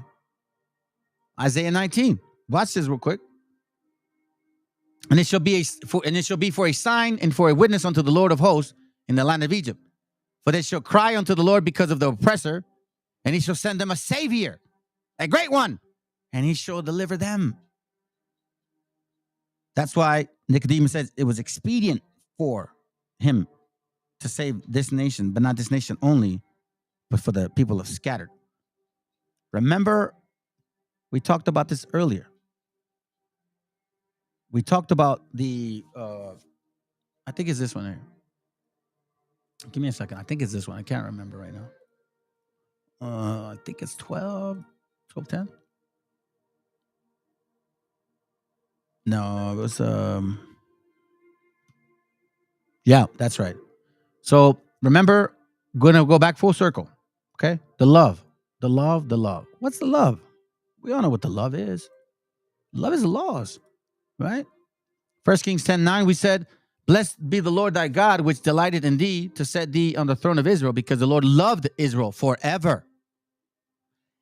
Therefore made he thee king to do judgment and justice. So he loved Israel forever, okay? To be kings and to do judgment and justice. Why? Why? Because he put us through a ringer. Daniel 11 says that what has happened to Israel has not happened to no other nation. Why? Because he gave us the laws, the discipline, and that's why he said, you will be an example to the nation. Psalms 147:19, he showed his word unto Jacob, his statutes and his judgments unto Israel. So that ass whooping that you're getting, ain't no one else getting it. It's not the same. He had not dealt so with any nation. And as for his judgments, they have not known them. Praise ye the Lord. Now, it's kind of amazing. It's like, praise ye the Lord, because guess what? We're getting our butt whooped. They're not. There's a difference between actual curses and just stupidity. Stop running from cops. It's very simple. And you won't get shot. Now, let's go ahead and finish it off, because remember, we were talking about jubilees and you know, the whole thing with Abraham and the whole fallout. And this is what Christians like, oh, but Abraham, we love Abraham. Look, he picked him out of nowhere. We don't know who he's from. Shut up. You don't know nothing. Romans 5:8 says, but God commanded that his love towards us, in that while we were yet sinners, Christ died for us. Watch this. Much more then, being justified by his blood, we shall be saved from wrath through him. This is Romans. I'm going to tell you something. Here goes. For if when we were enemies, what? Wait a minute. What do you mean when we were enemies? We were reconciled to God by the death of his son. Wait, reconciled? Okay, so we were enemies, and now we reconciled. What does that mean? What does reconciled mean? I'm curious now. So reconciliation means restore, coexist, to make consistent with another, settle disagreement. Oh, you're going to love this. Oh, you're gonna love this right here. Watch this. Watch it. But restore, right? So we're talking about restoration. Watch this. It's in Leviticus. I just can't remember where. Yeah, it goes right here. So it talks about, and I will restore, right? For if when we were enemies, we were reconciled, meaning restored, meaning restored friendship relationship, right? Meaning settled a disagreement, correct? Restored to God by the death of his son. So were you guys ever, were we ever enemies to the complete nation of Gentiles? Not necessarily. Not all the Gentiles really did to us. Not all of them. So were they all enemies? Like, oh, you guys are all our enemies. And then why would we reconcile with them? We were never friends with them. To God by the death of his son, much more being reconciled as we shall be saved by his life. So, wait a minute. Now I'm confused. I'm really confused. You know why I'm confused? Because this is for if when we were enemies, we were reconciled. See, I'm confused now because we're taking that logic, like the Christian logic, then this right here is definitely, I don't know. Check this out. Luke 1:68 says this. Blessed be the Lord God of Israel, for he had visited and redeemed his people, Israel, and has raised up a horn of salvation for us in the house of his servant David, as he spake by the mouth of his holy prophets in the Old Testament, which had been since the world began. Right? Talking about history. Now watch this. This is the catch right here. That we should be saved from our enemies and from the hand of all that hate us. Wait a minute. Bruh. But here, in this other one, it says, okay, where's it at? Come on, I lost it already. In Romans 5:10 says that he should make us friends again. So let me read verse 71 and we'll go to Romans 5. And that we should be saved from our enemies and from the hand of all that hate us. That we should be saved from our enemies. But in Romans 5:8, he says, Romans 5:10, for if when we were enemies, we were reconciled to God by the death of his son. What? So were we enemies? Were we friends? Are we going to be homies again or what? You see how it gets confusing? And that's why it's not good for you Christians to be sipping on that swine. So let's read chapter 4 now, so we can kind of, polish it up a little bit. Bringing Abraham into this picture. Remember, Abraham's father's grandfather, great-grandfather, and great-great-great-grandfather all bugged out. They all started worshiping other gods. Remember that. Romans 4. What should we say then that Abraham, our father, as pertaining to the flesh, has found? For if Abraham were justified by works, he had whereof to glory, but not before God. For what saith the scriptures? Abraham believed God, and it was counted for him for righteousness. Now, what it is saying is because Abraham wasn't keeping the laws, family. Remember that. Abraham came from the lineage, remember? From Shem. And his great-great-great-grandfather was Peleg when the division began. Peleg, Reu,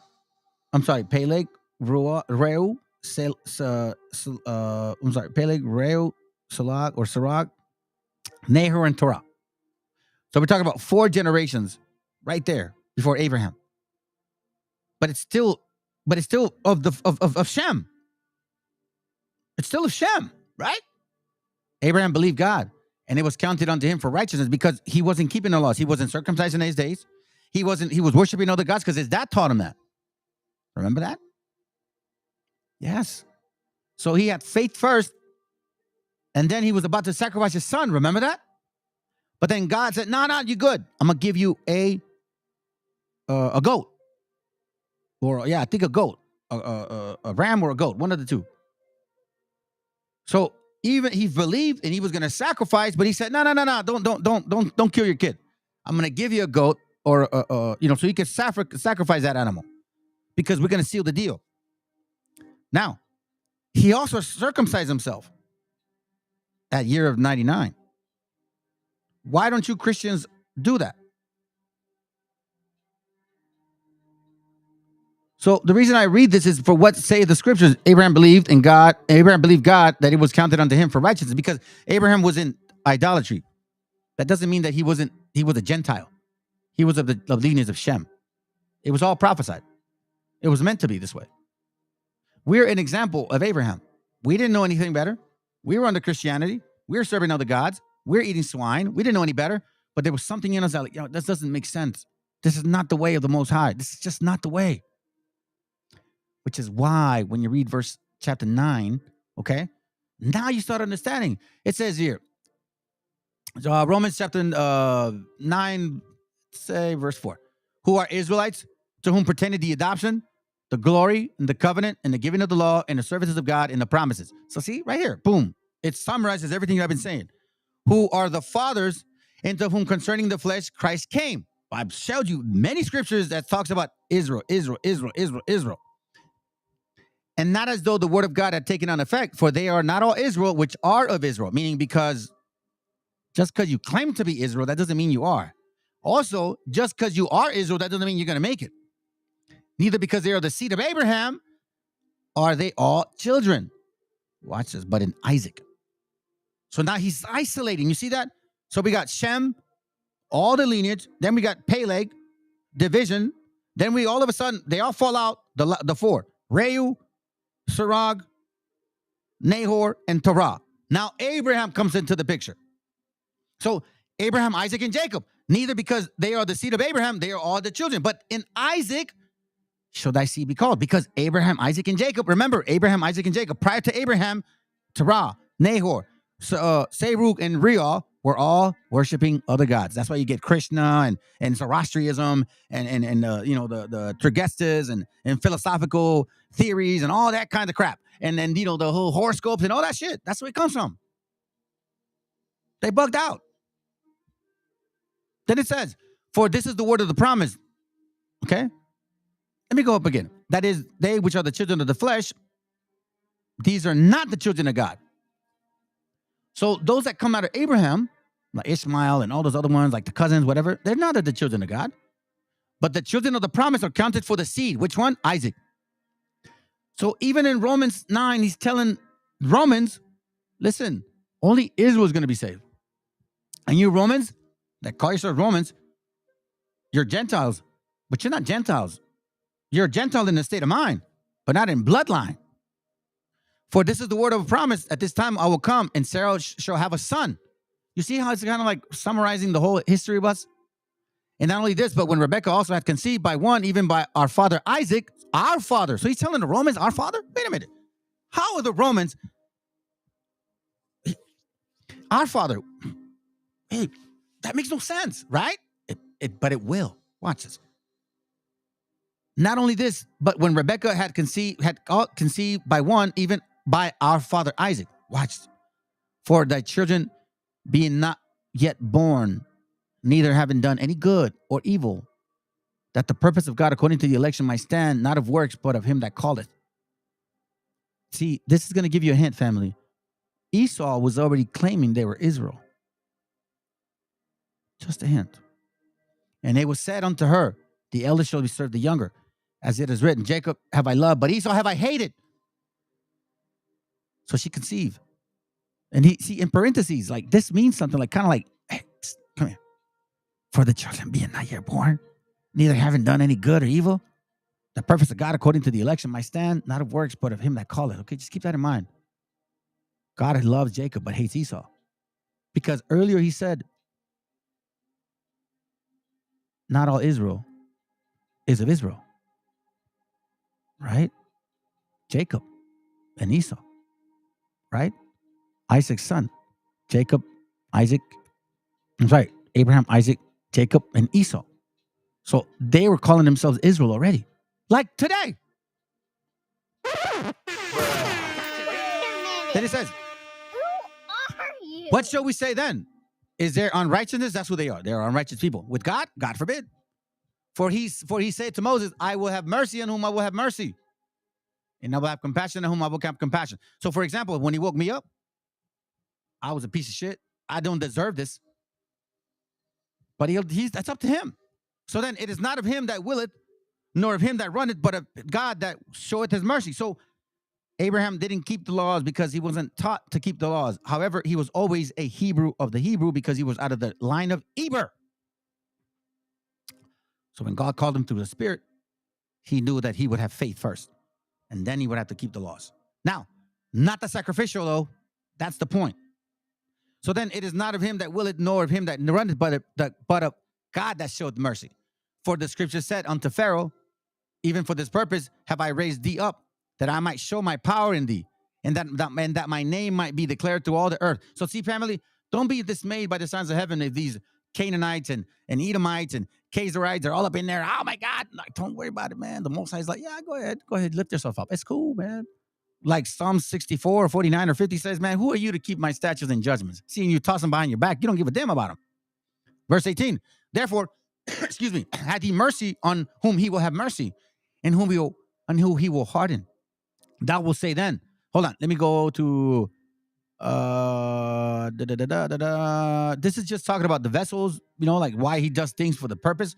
Here it goes right here. Even us, whom he called, verse 24, even us, whom he called, not of the Jews only, but also of the Gentiles. As he said in OC, meaning Hosea, I will call them my people, which are not my people, and their beloved, which are not my beloved, meaning the northern kingdom.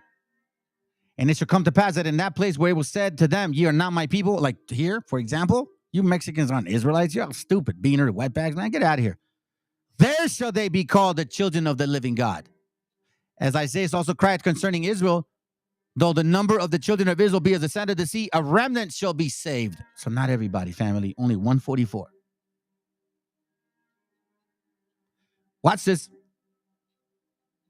Verse 30, what should we say then? That the Gentiles which follow not after the righteousness have attained to righteousness, even the righteousness which is of faith. But Israel, which follow after the law of righteousness, had not attained the law of righteousness. Wherefore? Meaning why? Because they thought it not by faith, the sacrificial law. Just like Paul was saying, in Romans 7:7 or Romans 7. I see something internally within me that I want to keep the laws, but I keep sinning. It's like I keep sinning, but I want to keep the laws. So it's like sacrificing always, but it was not by faith. It was by straight works. It was nothing to do with the Most High. It was, man, I don't know what to do. Wherefore, because they sought it not by faith, but as it were by the works of the law, for they stumbled at the stumbling stone. As it is written, behold, I lay in Zion a stumbling and a rock of offense. Whosoever believeth on him shall not be ashamed. You see that? There it goes again. So now we see the kind of like the summary of things. So now let's go to this real quick so I can basically like nail it in the coffin, because here's that's why I wanted the guy to be here. I wanted him to be here because I had this question for him. So if the doors were supposed to be open for the Gentiles, right? Why does he say this? Galatians 3, verse 23. But before faith came, meaning the Messiah, we were kept under the law. Shut up unto faith, which should afterwards be revealed. Wait. Before faith came, we were kept under the law. What do you mean we? You're in Galatians. Why are you saying we? Watch this. Wherefore, the law was our schoolmaster to bring us unto Christ. There we might be justified by faith. So who is supposed to be saved by faith? Who is supposed to be justified? Isaiah 45:25 said only Israel shall be justified. Wherefore the law was our schoolmaster. So remember, elementary, junior high, high school, college, university, all that stuff, right? You can't skip a beat. You can't go to high school if you've never been to elementary. You can't go to the 6th grade if you've never been to the 1st grade. You can't go to college if you haven't graduated from high school, dummies. So why are you going to skip this process when it comes to earning the privilege of keeping the laws of God and understanding them on a spiritual aspect? Because, for example, I have instructions in my wall for my children, just to summarize things like, remember to share, love each other, blah, blah, blah, blah, and the 10 Commandments too as well, right? But so you're telling me based on what you guys say, the laws are done away with. We don't do that no more. So even instructions are done away with. So I mean, we're just like dumb people. Like, hey, don't worry about no laws. Don't worry about it. Remember that the laws are spiritual. I'm gonna come back to this, okay? I'm gonna come back to this because I'm kind of going on this. This is the most. I don't know how to say that. Let me just say this real quick. Look, listen. John 6:63. Watch what it says. It says here. It says here. It is the spirit that quickeneth. The flesh profited nothing. The words that I speak unto you, they are spirit and they are life. So how could you do away with laws that are spiritual in the spirit world? How can you get away with those? How can you say, their laws are done away with? They're laws of the spiritual world, meaning they're everlasting. You see, family? You see why it's dangerous eating swine? Galatians 3:23. But before faith came, we were kept under the law, shut up unto faith, which should afterwards be revealed. How? Why? And how would be revealed? What would be the requirement? Wherefore the law was our schoolmaster to bring us unto Christ, meaning that you cannot get unto the Messiah unless you had the laws.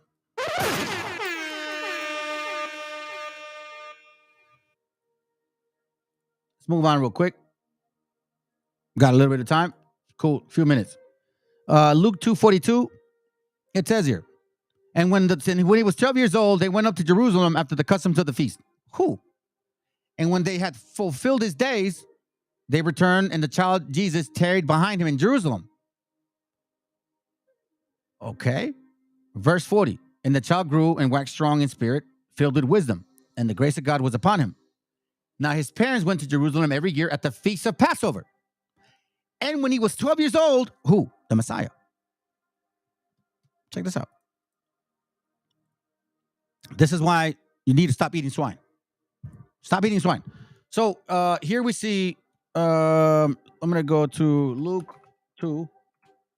I want to help you understand what this means, right? And when he was 12 years old, watch this. Concordance calls was. When he was, it's G 1096, right? Watch what I mean. Strong's G 1096. Genomai. Genomai, right? Genomai means, it means to become into existence, to begin to be, receive being, to become, to come to pass, of an event, to arise, a man appearing in public, to be made, to become a miracle. But here's the catch: to become, to come to an existence, to begin to be, right? Now read it this way.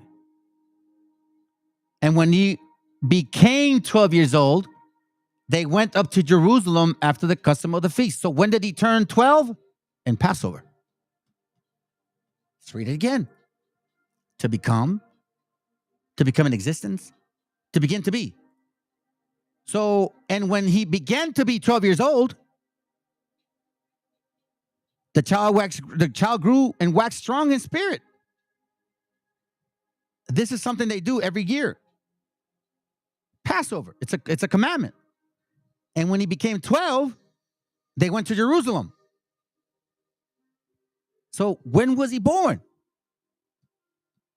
When was he born? When is Passover, family?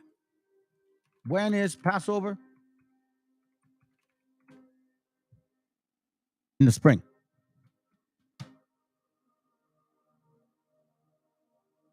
When the flowers open, life begins, right? How can you be born in the winter? It's not possible. You want to know why? Here's why. I'm going to show you. Deuteronomy 16. Watch this real quick. Deuteronomy 16, verse 1. It says here, and it came to pass, observe the month of Abib, and keep the Passover unto the Lord thy God. For in the month of Abib, the Lord thy God brought thee forth out of Egypt by night. So there's a correlation between Passover, Exodus to Egypt, right? The Messiah's birth, the Messiah's death. Thou shalt therefore sacrifice the Passover unto the Lord thy God of the flock and the herd. And then let me skip that real quick. Verse 3, thou shalt eat no unleavened bread, no leavened bread with it. 7 days. That's the Passover. The month of Abib. Now, when is the month of Abib? Abib means barely ripening. Spring season. No, there wouldn't be no way that he could have been born in the winter. I'm going to show you why. Because even in Matthew talks about this. He's like, no, dude, don't be born in, you better not be born in, you know how cold it is over there in those times? It snows over there. Matthew 24:20 says this, but I pray ye that your flight be not in the winter, neither in the Sabbath day. Why? Because it's freaking cold. It's freaking cold. Now, in John 10:22, okay, it talks about this here. John 10:22 says, and it was at Jerusalem, the feast of dedication. It was winter.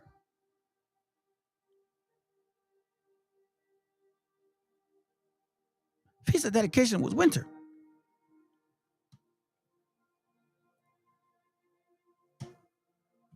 So the Messiah died in the feast of dedication?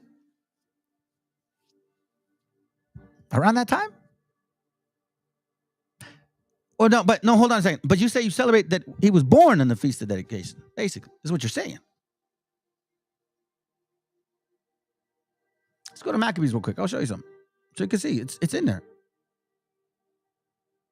First Maccabees 4, I believe. Yeah, 4. Yeah, 4. Here it goes. First Maccabees 4, verse 56, it says, and so they kept the dedication of the altar 8 days and offered burnt offerings with gladness and sacrifice, deliverance, and praise. Verse 59, moreover, Judas and his brethren, the whole congregation of Israel, ordained that the days of dedication of the altar should be kept in their season from year to year by the space of 8 days. From the 5 and 20th day of the month of Calis, with the mirth and gladness. Casleo. When is the month of Casleo? When is the month of Casleo? Oh, I think that's how you spell it.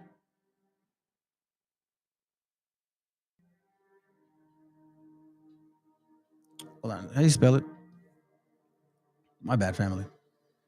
Casleo. Casleo. Yeah.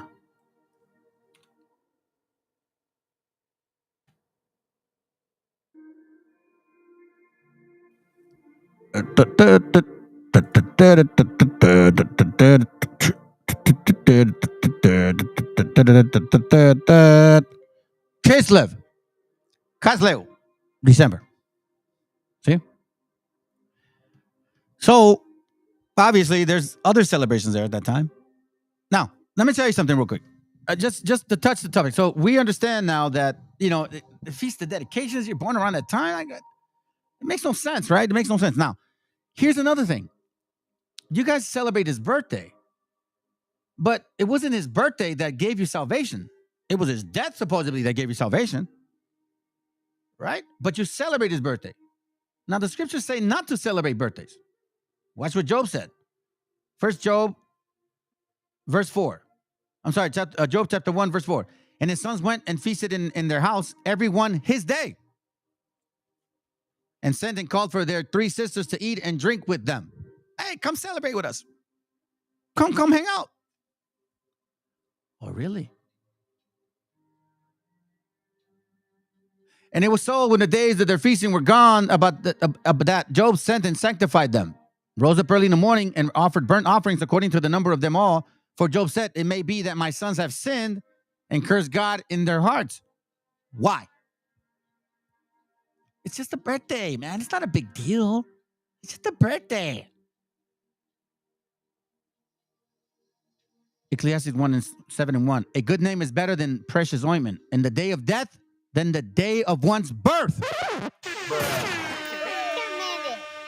Who are you? Here's why.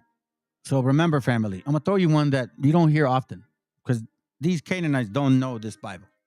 I'm going to tell you, they probably don't know, I don't want to say they don't know like I do, but I just don't think they do, family. I don't think they do. Here's why. So here's another reason why you don't keep birthdays, okay? Psalms 82:6 says, I have said, ye are gods, and all of you are children of the Most High. but ye will die like men. So I have said ye are gods, right? So it says here, don't celebrate birthdays, meaning don't worship yourself because your birthday is about you. It's in Ecclesiastes 7:1 says, dude, your death is better than your birth because it's not about your birth. Look at me. It's about what you leave behind. So why did they celebrate his death? No, they celebrate his birth, right? Oh my God. And he's never born in December. It wouldn't be in the winter. Now, here's the catch. Ye are gods. So you don't celebrate your birthday because why? Because if you're considered gods and you celebrate your own birthday, guess what you're doing? Exodus 20:2. Exodus 20:3. Thou shalt have no other gods before me. So if you celebrate your birthday and you're considered gods, then that means you're worshiping yourself as a god. Don't idolize yourself, which is why it says, don't learn the way of the heathen. Be not dismayed as the signs of heaven, for the heavens are dismayed at them. Let's go back and finish it off. This is what started the whole thing. Jeremiah 10:1, hear ye the words which the Lord spake unto you, O house of Israel. Thus say the Lord, learn not the way of the heathen. Why? For the custom of the people are vain. The customs or costumbres. I already went through it with you. I'll show you right now. Custom, what is the meaning of custom? Customs, meaning? It means an office, it means a official department. No, that's not what it means. Custom. Oh man, what a horrible spelling. Oh God, even worse. Custom means a traditional and widely accepted way of behaving or doing something that is specific to a particular society, place, or time. For the custom of the people are vain, meaning the society, the thought process of this propaganda, this organized habit of people are vain. Why? Why is this custom vain? Why is it vain? And what does vain mean? Check this out. Vain means having or showing excessive high opinion of one's appearance, ability, or worth. What is Christmas about? Who has the biggest house? Who has the most lights? Who has the biggest tree? Who has the most gifts? Oh, my gift's more expensive than yours. Oh, I got my son this. Oh, I got my wife that. It's all about for the love of money. For the custom of the people are vain, meaning the habits, the organized habits, the society that they develop. It's vain because it's all based on how you look, how you feel, what it gives you. And how do they go about this? They use trees. For one cutted the tree out of the forest. Guess what? Oh, look, I got a big tree. It's 15 feet tall. The work of the hand of the workman with an axe. They deck it with silver and gold. You see what I'm saying? They fasten it with nails, with hammers that they move not. That's why it says the customs are vain, because it's all about vanity. It's how you feel. It's how you look. It's how people appear. It's what you appear to other people. It's how they judge you. It's how you feel. It's your clothing, your smell, like your cologne. Like, yeah, look at me. I'm having margaritas. I'm sipping wine, and I'm having cool glasses. Look how people are looking at me. Oh, look at my new Mercedes-Benz. For the custom of the people are vain. No, it says in verse 5, they are upright as a palm tree, but they speak not. They must not need be born, because they cannot go.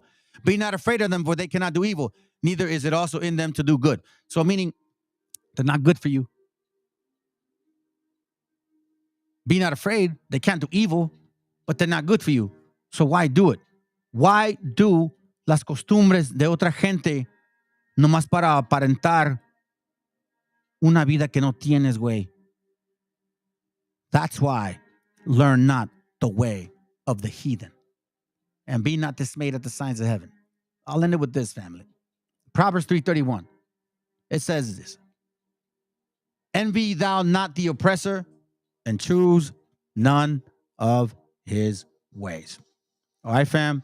So again, I want to just let you know that I thank you all for being here. I guess the guy didn't show up. Oh, well, I'm not surprised. It's okay. It's okay. It is what it is. I want to show you something real quick before I leave. Something to leave you with. Why we're so beautiful people.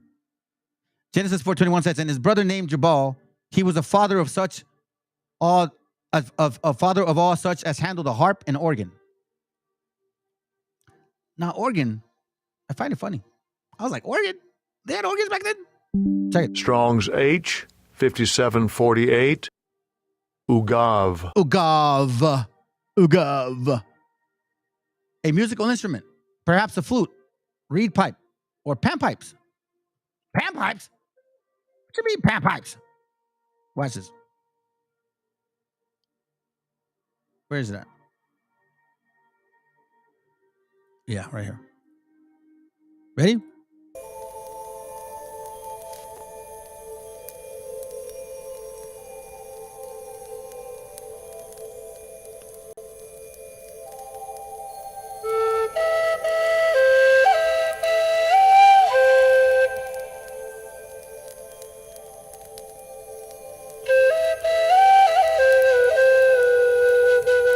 Those are pan. It's a panpipe right there. Hey, what are you doing? This is the panpipe right here. Right here. Oh, fire! Fire! Come on, man. Who are you? We're the people of the book, Ak. We're the people of the book, Ak. Check it. Check it.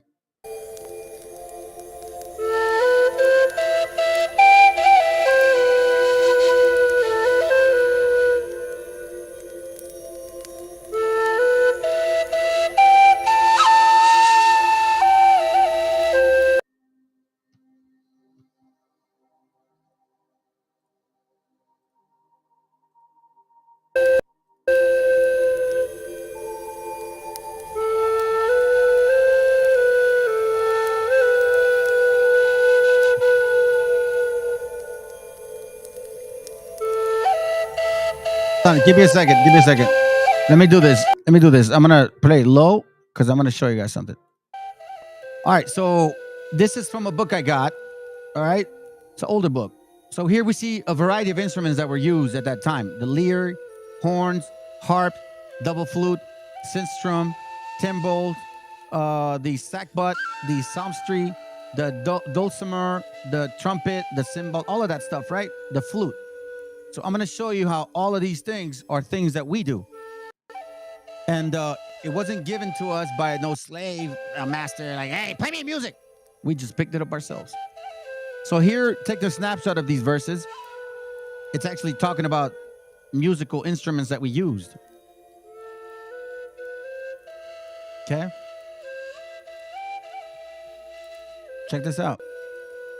I want you to remember who we are according to the Bible. Who knows about locusts? Only we do. John ate locusts. The people over there still eat locusts. The people here still eat locusts.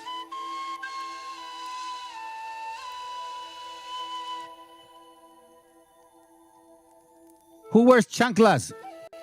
Sandals, sandalias, way. Come on, family. Come on, family. Who does this?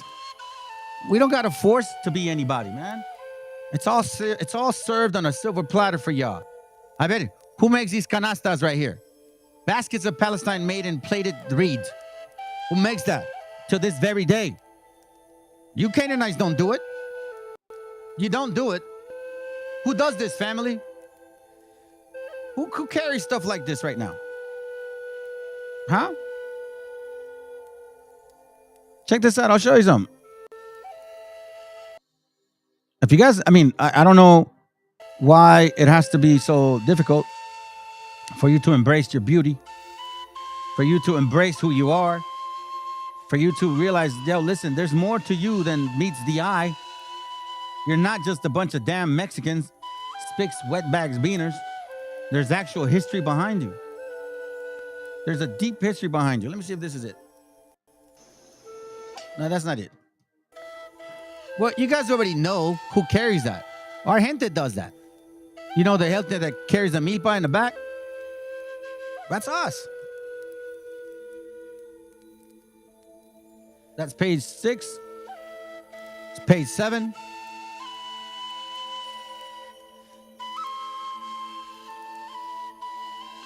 Sandals. Who wears sandals? I still wear these sandals, these chanclas, family. Now, I'm going to show you this real quick. This should make very beautiful. Okay? This is a picture of the, you know who that is? Egyptians. And they're doing something here, right? Okay. This is a picture of us. Independent inventions of the chicken. Hold on. Let me close that. Hold on. Okay, shut up now. You're useless. So it says here, independent inventions of the kitchen. Above, the Egyptians making bread from a mural art at Thebes dated 1900 BC. The meal is ground on a stone mortar. And the unleavened bread is baked on a flat oven. And the baked bread is illustrated by two circles. Below, the Aztec girl being instructed by her mother in the art of making corn cakes. She grinds on a stone mortar. The circle in front of it represents the baking device. The kumal. The kumal. And they have a kumal.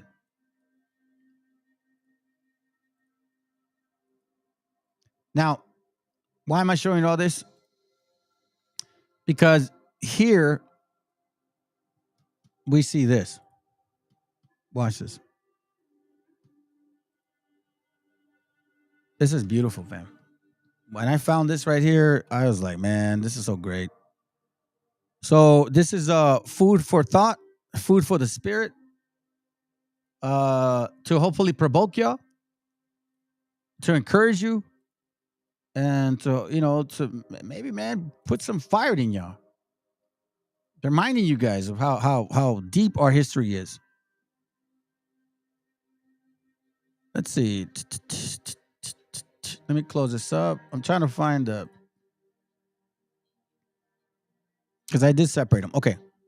So here we see this group here. Okay. Now, we know that we have these instruments and we have this mariachi here. Okay. Check this out.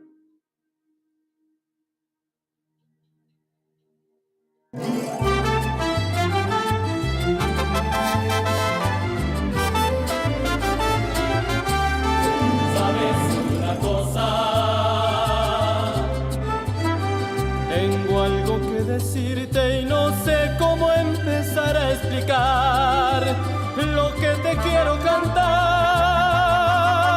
¿Sabes una cosa?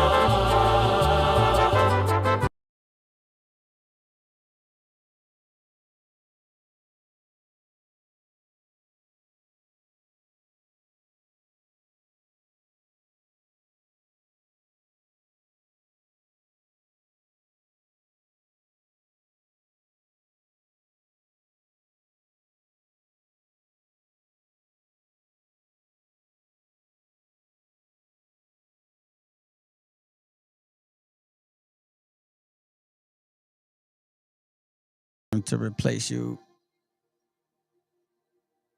See? That's crazy. Give me a second.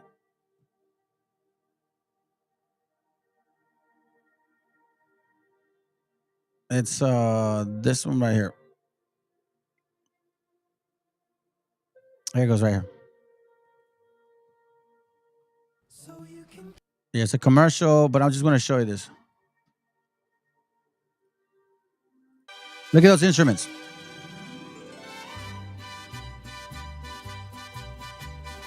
The guitar, the violin, the harp is in the back, the violin's right there. Look at that.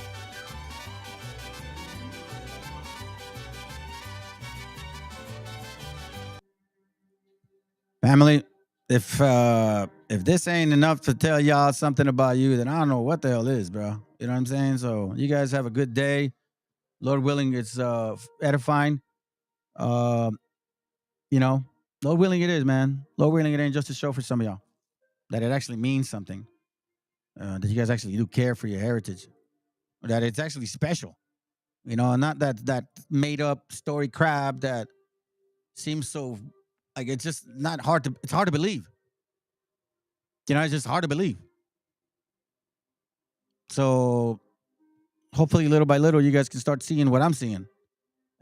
And maybe, just maybe the Most High might actually say, you know what? I'm going to let them in. I'm going to let them in. That's why the scriptures talk about that wisdom will flee deceit. But she will deal with you. She'll test you. She'll try to figure you out to see if, if you're about this business. And if you're not, excuse me, she'll spit you out. Y'all take care. Shalom. Appreciate you guys. You guys know I got mad love for you. That's why I do what I do. So hopefully, we'll see you tomorrow. All right? Shalom. Yeah, man. Oh, respect and love from the world, nigga. Show them. Più nigga on a microphone. Can't I sit in number 15? Rock you in the studio. Bomba, claro. ¿De qué manera sufre el alma cuando alguien se va? No hay medicina que cure esa larga enfermedad. La vitamina de la vida en esta sociedad es tan divina que por nombre tiene libertad. Libérate de la mentira que está por llegar. Mide tu orgullo antes de empezar a hablar. Cierra la puerta a quien no merezca entrar, porque hay mucho que se fue y sueña con regresar. Hablemos en silencio y así no me mentirás. El poder de la palabra muere cuando hablan de más. No me fío de oraciones que se dicen por detrás. Si me miras a los ojos no te mentiré jamás. Que besar por besar es jugar por jugar. Y vivir sin amor es vivir sin amar. Solo queda la fe, solo queda soñar.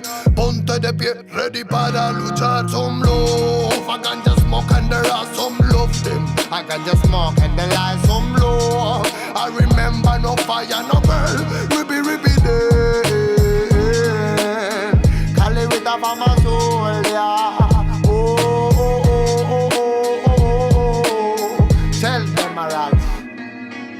¿De cuánto tiempo hablamos cuando hablamos de querer? Si la mitad lo malgastamos solo en comprender. ¿De qué manera es más fácil aprender? Que nacemos para ganar y morimos al perder. No puedo dejar de animarte, que cuando te caigas debes levantarte. Llegué para contarte que no todo artista muere por su arte. Traigo el honor de un humano con valor que utiliza poesía para respirar mejor.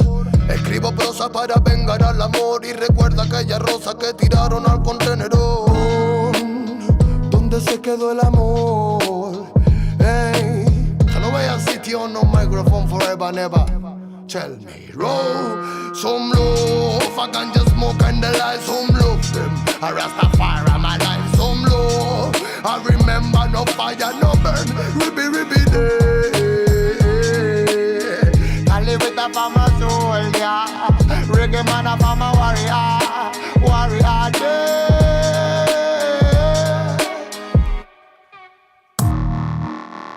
Not a really thing. Yeah, man. Y se piensa que la música es un juego, lo lleva claro, hermano. Desde España, internacional, bomba, clack, y Lego. Not really easy. No. Pure nigga on a microphone. Hey, tell us what. Tell us anything. Tell if I'm a Rasta feeling on my sin. Hey, more love.